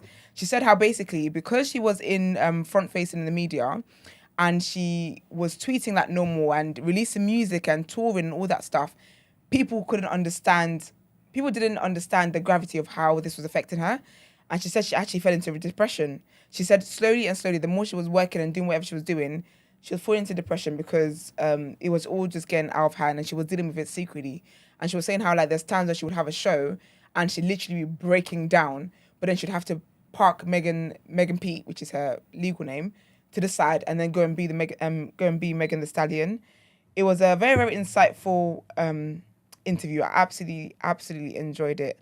And she said also as well, because she doesn't look like what a victim should look like, she said so many times people looked at me and thought, you look strong, you're outspoken, you're tall, you don't look like somebody who needs to be saved. She said, I didn't fit the profile of a victim, and people just assume that people like that, just because someone looks strong doesn't mean they don't need support, doesn't mean they don't need protection. And and then she also addressed women who have gone through like abuse and just gone through so many different things. And she said, what she said to them was, one second. Sorry. She said, for anyone who has survived violence, please know your feelings are valid. You matter. You are not at fault. You are important. You are loved. You are not defined by your trauma. You can continue to write beautiful new chapters to your life story. Just because you are in a bad situation doesn't mean you are a bad person. Our value doesn't come from the opinions of other people. As long as you stand your ground and live in your truth, nobody can take your power. And she also thanked the hotties, which is her fan base. And she said, to all the hotties, please know I am so incredibly grateful for you. You don't even know all the little things that you've done to make me feel uplifted and inspired over the years. And she talked about how some of them showed up at court as well. And that was very, very inspiring to her. And it just lifted her soul. But she said she's basically in a place where she's praying more and she's doing things that help her heal. And it's even, she's talked about one of her cousins. And she said how during this time she's missed her grandma, her great-grandma and her mum so much, and missed their advice and their guidance and just their reassurance and encouragement that she would usually get from them. But she said also it's highlighted, like it's drawn her close. Her relationship with her cousin has been like so pivotal for her during this time. She said she talked to her cousin all the time, but she didn't realize her cousin was actually her best friend because her cousin was there. So that's her former family that was there, but that is there for her. I'm happy for her. I'm glad that she's doing a lot better, and I feel like this is a very, very healthy place for her to be in, for her to be intentional about what she wants to do. And she's got new music on the way, which of course is lit. So she's got new music on the way, and she said she's experimenting with different sounds and all sorts. So that should be great. But I'm happy for her, man. She looks really good. She looks healthy. She looks lighter, as in like spirit-wise, just not having the world on her shoulders anymore. So I'm here for it, man. Big up Megan Thee Stallion. Big up the hot girl coach. Speaking of... The hotties ain't really... They're not busting, in it. Yeah, we are. What are you talking about? Oh, what, are you a hottie? Of course I am. Oh, I've never heard of that before today. Yeah, hot girl coach. That's why she's called the hot girl coach. She had a whole Popeye's sauce. Yeah, but their reach ain't... They're not like the Barbs and that, innit? Yeah, they're not like the Barbs or Bardi Gang. You know? Yeah, Bardi Gang, the No, Barbs, no. Beehive, like the elite No, because ones. those have been for years, though. They've been cemented for years. Okay. No, I was just checking because I ain't heard the hotties. Yeah, before. I've heard it before too. Oh, you heard it? Yeah, I heard it before. No, I didn't know. Yeah, if you hadn't heard of interpretation, sir. Yeah, I've heard it. Yeah. I wouldn't expect you to hear it. But yeah. Obviously, the Bardi Gang, the Navy, Beehive. All the little... Who's the Navy? they're Rihanna ones- or something? Rihanna, yeah. Okay, yeah. They're the ones Swarm was about. Okay, Hotties are healthier. No shade. But yeah, man, big up Megan Thee Stallion. I'm happy for her. I'm glad she's looking good. And she's doing well. And she said she's been praying a lot as well. And that's been really, really helpful for her. But big her up. But speaking about the leprechaun, Tory Lanez, he is basically trying to get a new trial. And I was meant to report on it the other day, but I didn't really care. I just thought, let me just let the judge do it. Because basically he wanted to have a new trial, but it's basically been postponed. It was a waste of time, the day in court 2 days ago. And I think the judge is going to reconsider it again May the 6th. And then his lawyers have basically said if they can't get a new trial, because apparently the evidence is not really evidencing. So it's unlikely they're going to get a new trial. Because what do you need a new trial for? But apparently if he doesn't get a new trial, they're going to appeal the verdict. But just to remind you guys of what the verdict was, he was found guilty. Daystar Peterson was found guilty of assault with a semi-automatic firearm, possession of a concealed unregistered firearm, and negligent discharge of a firearm. I think it's the deportation that's really, really shocking him. But all the best to him with all of that, all his endeavours. But that is all from me. Let's get into the People's Channel.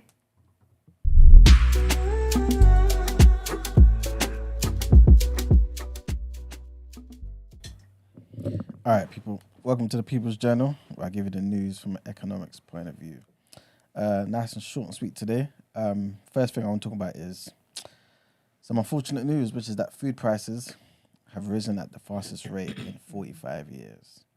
So soaring prices for like food like bread, cereal, chocolate, all them type of things there has meant that the cost of living has risen again, man, more than expected last month. Inflation, which everyone knows, was about 10.1%. Apparently, pardon me. It fell to 10.1%, right? In March, from 10.4%. But again, they're expecting the rate to drop a lot more than it is, and because of that, which is the second thing I wanted to talk about, the Bank of England is expected to raise the bank rate again by 0.25%. So it's looking like, yesterday, in fact, the market basically implied that there would be a good chance that the rate will hit 5% by autumn. It was also up. They thought basically the chance of the Bank of England lifting the bank rate by 0.25% up to 4.5% in May was about 82%. As of today, the markets indicate that chance is up to 97%. So basically, it's going to happen. And like I was saying, this is all because of cost of living crisis and how inflation just hasn't fallen at the rate that the Bank of England expected. Hopefully it does, but we shall see. Again, they do think it's kind of peaked anyway, which is obviously somewhat more important. But just the rate of it kind of declining hasn't been what they expected. But yeah, that's pretty much it for the People's Journal today, you know. Oh, wow. Yeah, sure, man. What I said today. Did you do that prefix that you always say? No more questions. Don't engage him. I've got another one, actually. No, you No, don't. I'm joking. Get into headlines.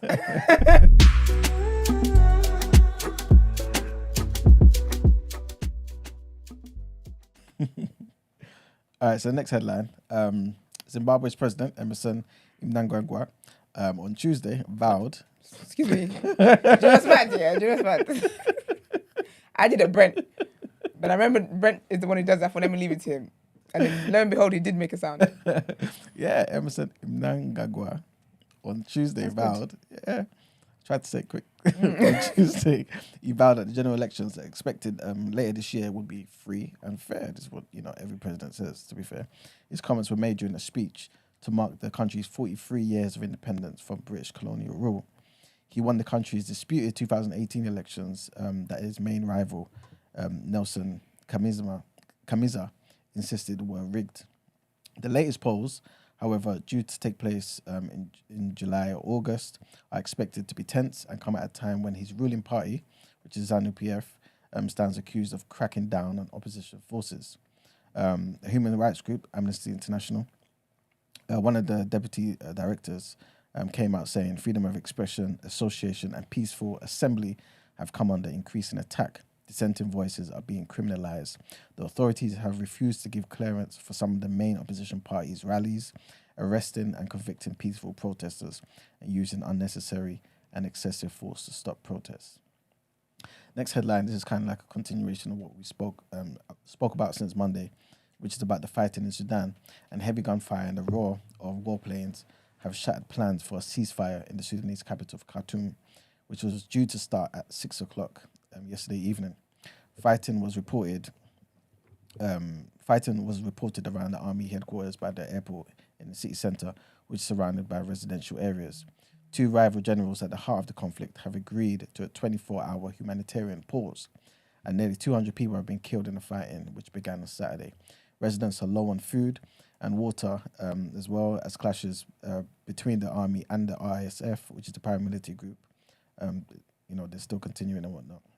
The UN Secretary General as well, he came out and said the fighting in Sudan, including Khartoum and various other locations, is continuing, and there's no real sign of abatement of the fighting, unfortunately. And the next headline, trigger warning here, and one person has died and 5 others were injured when a multi-storey car park partially collapsed in New York City. The second floor of the 4-storey structure in Manhattan's financial district collapsed first. Authorities said that all the workers in the building have been accounted for. A video posted online shows cars and debris stacked high on a mound of shattered concrete. The collapse occurred at around 1600 local time. This was yesterday. The New York City Fire Department, the chief, John Esposito, said the rescue operation was extremely dangerous for the firefighters and deemed the structure very unstable. He also said that we had firefighters inside the building conducting searches. The building was continuing to collapse. At this time, we believe that we have the workers that were in danger all accounted for, all out of the building. So some sad news there, but hopefully they can rectify everything quickly. But that's it for the headlines. All right, reaction.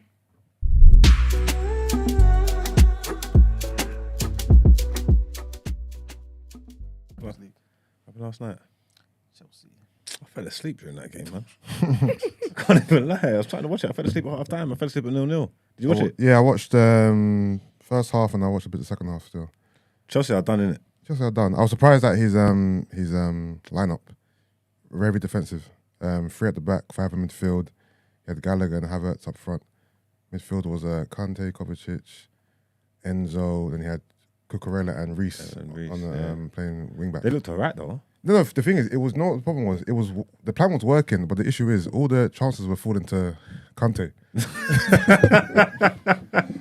was the problem, and he was missing all of them. I see Gallagher missed. No, did he miss one or did he not even take it? Kante had about 3 chances. They looked alright. I was looking, thinking like, if you get one before the half, we got a game. Yeah. Then I fell asleep, and then they got battered. So that happened. They're done. They're out. But I'm saying, like, obviously they're out of the Champions League, but that little this little papering over the cracks, bringing the lamps to try to stop the bleeding. I'm saying that's already not worked. That's already done, innit? Oh, Lamps have been in charge for how many games now? About 4. He lost all of them. He lost all of them. Like this ain't working. Whatever they thought was gonna happen hasn't happened, and they got what? They got like 8 games left. It's looking bleak for Chelsea. Absolute shit show. There's stuff going around in the papers now about Ted Boyley, whatever his name is. Apparently he cussed him out in the dressing room where he's been doing bare things. But I haven't read the stories or watched them yet. The quote I heard was that he went in there saying, "Oh, this is embarrassing. The season's embarrassing." I think Gary Lineker even quote tweeted and said, "All right, what's that going to do?" Basically, yeah. Like No one cares about Todd Bowley, bro. I don't think the Chelsea players even care about him. I'm gonna look up on some of it later. I need to see. I've seen bare people talking about him, but Abramovich must be doing his nothing. Oh, this is still his club as far as he's concerned. Yeah. Yeah? Like, this is still his baby. He's looking like look what they're doing. Look what they're doing to my guy. The team's insane. Even at one point, bruv, he brought on Sterling, Mudryk, and Felix at the same time. Like the squad depth is crazy, right? He brought them all at the same time. Yeah. But they just can't do nothing. They got all these talented players, but they just can't do nothing with them. I might have to It's go. mad. I might have to start again and use them on Football Manager. Like they don't score goals. They don't do that. That would be fun on Football Manager. I might have to just go be Chelsea. Yeah. Just to go and see what I could do with all them players. Squad is insane, bro. Like it's interesting to see what's gonna happen in the summer. They're gonna have a massive clear out, bro. Massive clear out. All right then. Then AC went through. They beat Napoli.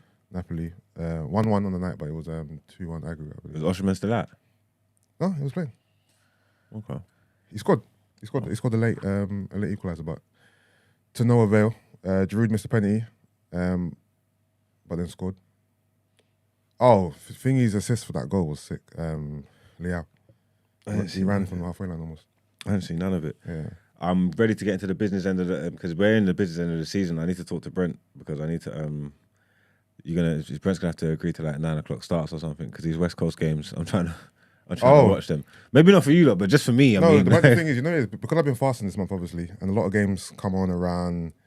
Well, I've been watching a lot of Lakers games, innit? They've been starting around 3. So I've been watching a lot of the games. I've been up by them times. Yeah. Now I'll go sleep around 5.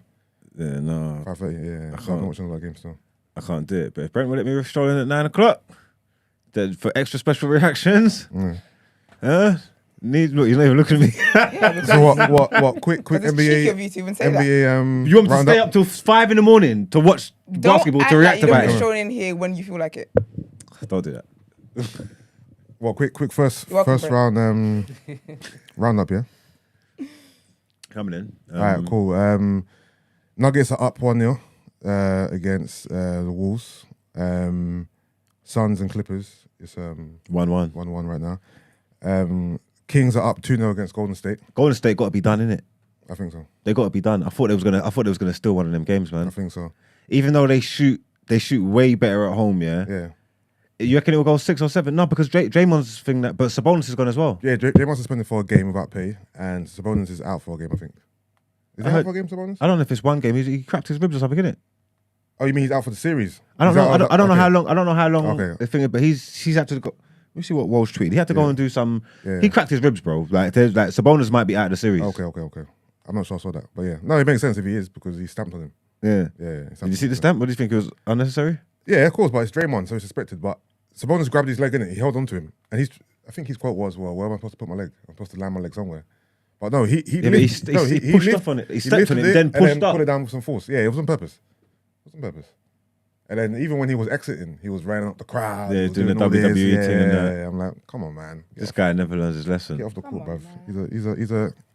He's a big, Imagine Golden State come out the first round. Wow. Yeah, they could be done though. yeah. They could be done. Lakers are up 1-0 against the Grizzlies, and Morant is not looking good for game 2 because he's got that little His hand in hand. it. Yeah. His hand's done. Lakers, low key. It's not low key. It's high key, bro. Okay, fair enough. High Because key. looking good. LeBron's not a joke, and LeBron's in good shape. Yeah, and he's got a little squad with him. Anytime LeBron's got a squad with him, Yeah. and plus AD's there, and if AD's good, he don't be surprised if they went finals. I'm gonna give Ropolinka some praise, right? Because the way they've turned the season around from the beginning of the season, having all the troubles with Russ, right, and struggling to even maybe make the play-in, That to now trade. being somewhat of a Bro, they got favourite is crazy. teams that can they got teams that could defend. Yeah, Yeah. LeBron's looking like he's 28. Yeah, Reeves is flexing. looking good. Reeves and Hachimura, Ryu, Yeah. them man are shooting Rui. lights out. D'Lo's there. Vanderbilt is good defensively. They're a We have problem. good pieces, man. That reminds me of old school when LeBron was with the Cavs and they was moving a thing and he's like, I don't care about places. He goes, I don't care where you put me. I just need to get to the playoffs. If I'm in the playoffs, then it's that. Yeah. And yeah, it could be that, boy. Let's do a quick prediction on the west side of things, right? So,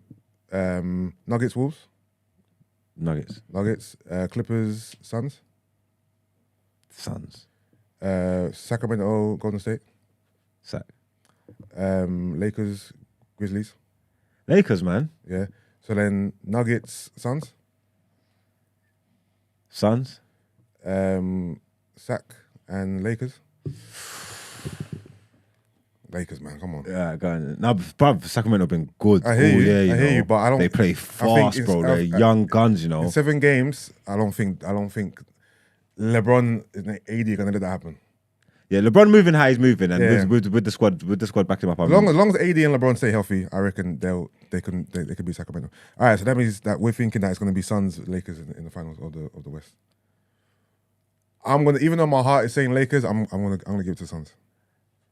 I don't know where this has come from, yeah, because I've been onto the Lakers now, yeah, but like I know LeBron, man. I know LeBron from my Cav days, man. Yeah. Like, and he's in good shape.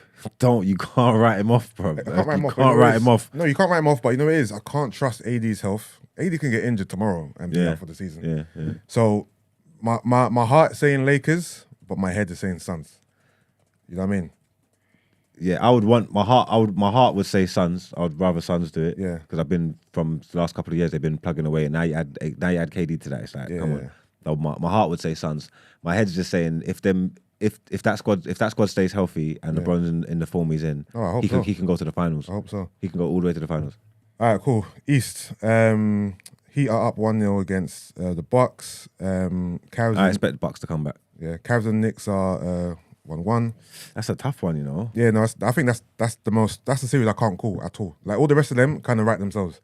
Like, Branson and that are cooking. You know what I mean? And that's a good series. I need to watch one of them. I don't know that one. That could be a toss of a coin. Yeah, I think I would probably go. I would think Cavs got a bit more. But you know what? I can't call it. You know, I literally cannot call this that series. Philly are up 2-0 against the Nets, and then Boston. That's a sweep. Boston up 2 against the Hawks. Yeah, all right, they could get swept as well. All right, so let's do the same thing we've done before. All right, so Bucks Heat, Bucks. Cavs Knicks. We kind of it's tough. I'm gonna go Cavs. All right, cool. I'll let you have that. Even though I'm a low-key Knicks fan as well. Philly against Nets. Yeah. Philly and then Sweet. Boston, right? Yeah. All right, so Cavs Bucks. Bucks. Philly Boston. Boston. I think Boston gonna take it, yeah? I think Boston will do it in like 7. Embiid is that guy. I need James Harden to be James Harden again. Well, James Harden will be James Harden, and he will do what he does in the postseason all the time. No, sorry. I need him to be regular season James Harden. Because we all know what playoff James Harden does, innit? That's the only reason why I would say Celtics so confidently, though. All right, cool. So we're saying Boston. Celtics Bucks final. So yeah, Celtics final. You got that's a repeat of last year, isn't it? I think this year the Celtics can do it. I think Jalen. I don't know what they're going to do. And obviously each series is different, isn't it? But I think Rose and Tatum. I think Rose and Tatum can cook. I think they're ready as well. What's it been now? What are they in the league now? 3-4 years now. I think they're ready. Like they're not boys no more. You get me? Like I think they're ready. So maybe that's a heart pick as well. But I'll probably go Celtics. Celtics against Philly. I'm gonna go with my head and my heart. My heart wants Philly because I like to see Joe Embiid get to the finals and win the MVP, by the way. But my head says Boston. But oh, sorry, you're talking about against the Bucks. You're talking about not against Philly. Against if it's Boston against the Bucks, I'm gonna give it to the Bucks. I'll give it to the Bucks. If it's Boston Bucks, You think Bucks going to the East Conference Final 3 times in a row? I think so. You know, I think so. So finals. You're saying Bucks Lakers? I'm saying Bucks Lakers. No, I'm saying Bucks Suns. That's what I'm saying. If it's Bucks Suns, they're cooked. I don't think Durant ain't having that again. If it's Bucks Suns win. Yeah. I think my prediction is Bucks versus Phoenix in the final, and I'm gonna give it to just on intangibles. I'll give it to Phoenix, and I want Chris Paul to win the ring as well. They was good, man. They was good last year. They was good in the bubble. They was good. They've been good, and you add KD to that. KD can fit into any system, any team. Yeah. I just think they've got enough to get it done. But my heart wants Lakers to go all the way. I want LeBron to get his 5th ring. That's what my heart wants. I usually hate on LeBron, but I wouldn't mind. For some reason, this postseason, I'm supporting him. I wanted to do good. Listen, if LeBron can win his 5th ring and Arsenal can win the league, it's a great year for me, you know. A great sporting year. Well, but yeah, man. There we have it. We'll get into more. That's the end of the reaction. Let's get into Out Ere quickly.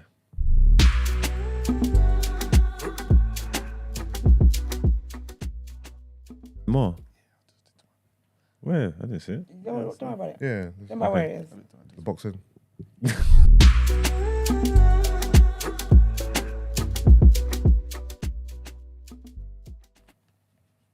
Up in there, bro. I thought you. Yeah, were I think he saying said you guys were do done not Out hear Ere. tomorrow. Huh? I thought you said do not hear tomorrow. No, he said the rest of the reaction. Oh, The thing is, if you leave in a half, what you leaving half past? kind of quarter past. Oh, okay. Yeah. It's up to you because my Out Ere was really quick. I just wanted to put a Go. picture up and laugh at it. Huh? Go. Just put the number 4 up, please. It happened a few days ago, and I ain't got much to say about it. We ain't spoke about them in a while, yeah. But this video here, yeah, is so funny, yeah. These people are so stupid. Obviously, their cause is good or whatever they're doing, yeah. But these people are just, they never cease to amaze me. They're so stupid. Have you seen what the Just Old people done in the Crucible? Oh, we put the orange thing on there. Yeah, I saw it. Man, them carpet, them snooker tables are some of the smoothest, softest carpets sorry. in the world. The man just put his big crepes on there, you know. He couldn't believe it. He just ruined the place. He's just sitting there. He's got the orange paint all over him. He screams, ah! You get me? Like, they done the thing, yeah. But there's a video, yeah. What's the purpose of this anyway? To stop global warming, bro. Okay. Are you crazy? Oil prices, global warming. I don't. Break it down to me. Why is this the arena for this? Why snooker? Yeah. Why snooker? Well, why anywhere else? Why Aston Martin when they're throwing the paint on the place? Or why the M25 when they're sitting there and all that and climbing on the thing? I think Yeah, they're global just- warming, cars, emissions, fumes. I get that, but what's snooker got to do with anything? I think they're just trying to get eyes on the situation. I think they just want eyes on them. But you see this one here. Yeah? Look at a little bit. Yeah, look. So he got it. Look on the left. Yeah, he done his thing. Yeah. If you look on the right simultaneously, yeah, there's a he's John. do his thing too, innit? No, there's a John on the right. Look, she gets grabbed. She gets clocked. Yeah, I Look, saw that. they nabbed her. You get me? She was off the pace. She wasn't on it. Huh? She wasn't on it. You say she weren't on it? She didn't want to do that. Bruv, now 2 man got her She though. was strolling. Is that what you're saying? Look. No, look, they both got her. But and she's 52, man. She's not nimble like that, man. Like, I think her heart was in the right place. I think she was on it, man. Nah, she wanted to be caught. Look at that. People like this really irritate me, you know. Overzealous, enthusiastic. bro. Yes, I just really just watched it because it's been a while since we spoke about them, and I saw that and I just thought that was so funny. I was just like, they're annoying, you know. Like they're annoying. They might annoy the world into submission though. They might annoy the world into submission. Like honestly, like I don't think so. boy, I don't think they're gonna stop. I don't know what their next move is. They done the food hall in Harrods, in it. But these acts don't happen enough for it to be a really real issue in it. They happen every once in a while. You know what I mean? If it happened en masse, Boy, I mean- you gotta stay woke, boy. You better just hope they don't get you. I pray. Stay prayed up, man. These people are sick, but yeah, I didn't have much to say about them because you know them. I just wanted to laugh with you. So big up the Just Stop. Oh, is that Extinction Rebellion? That's the same people, no? Or is that It's similar. Yeah, I all don't cousins. think- it's adjacent? Yeah. Huh? They're all cousins. Yeah, They're all cousins. Mm. Okay. Yeah, man. Go off, man. These are still done Right here, up man. there with the vegans, though. The vegans was walking around the shopping centre pouring out the milk. Yeah. Dressing like beef. Terrible. Your people, Iman, man. That's your people. it's not That's my your people. people, That is man. your people. That is your tribe. That's your your tribe, tribe. It's bro. your kin. No, not at all. No, it's kin. None of them people there are black, man. I reckon there's a few They'll be in the there. black ones be the ones to get arrested. Just law of Sure. averages. There's blacks in there, man. They're just smart. They know they're not. I'll do the planning and the preparation. I'm not gonna do all that foolishness out there because you are gonna get me. They're gonna send me to prison. You get me. You are gonna get community service. I'm gonna get hung. You get me. So yeah, they just do preparation. You get me. But yeah, that's it, man. They've definitely done it here, man. Let's get into our outro. Oh, we pressed it already. Yeah. Well, it's been a great show. Thank you guys for tuning in, as you always do. Like the video, subscribe to the channel if you want to send your dilemmas in and all that kind of stuff. The number's in the description box. We'll catch you guys tomorrow. Bye. Peace.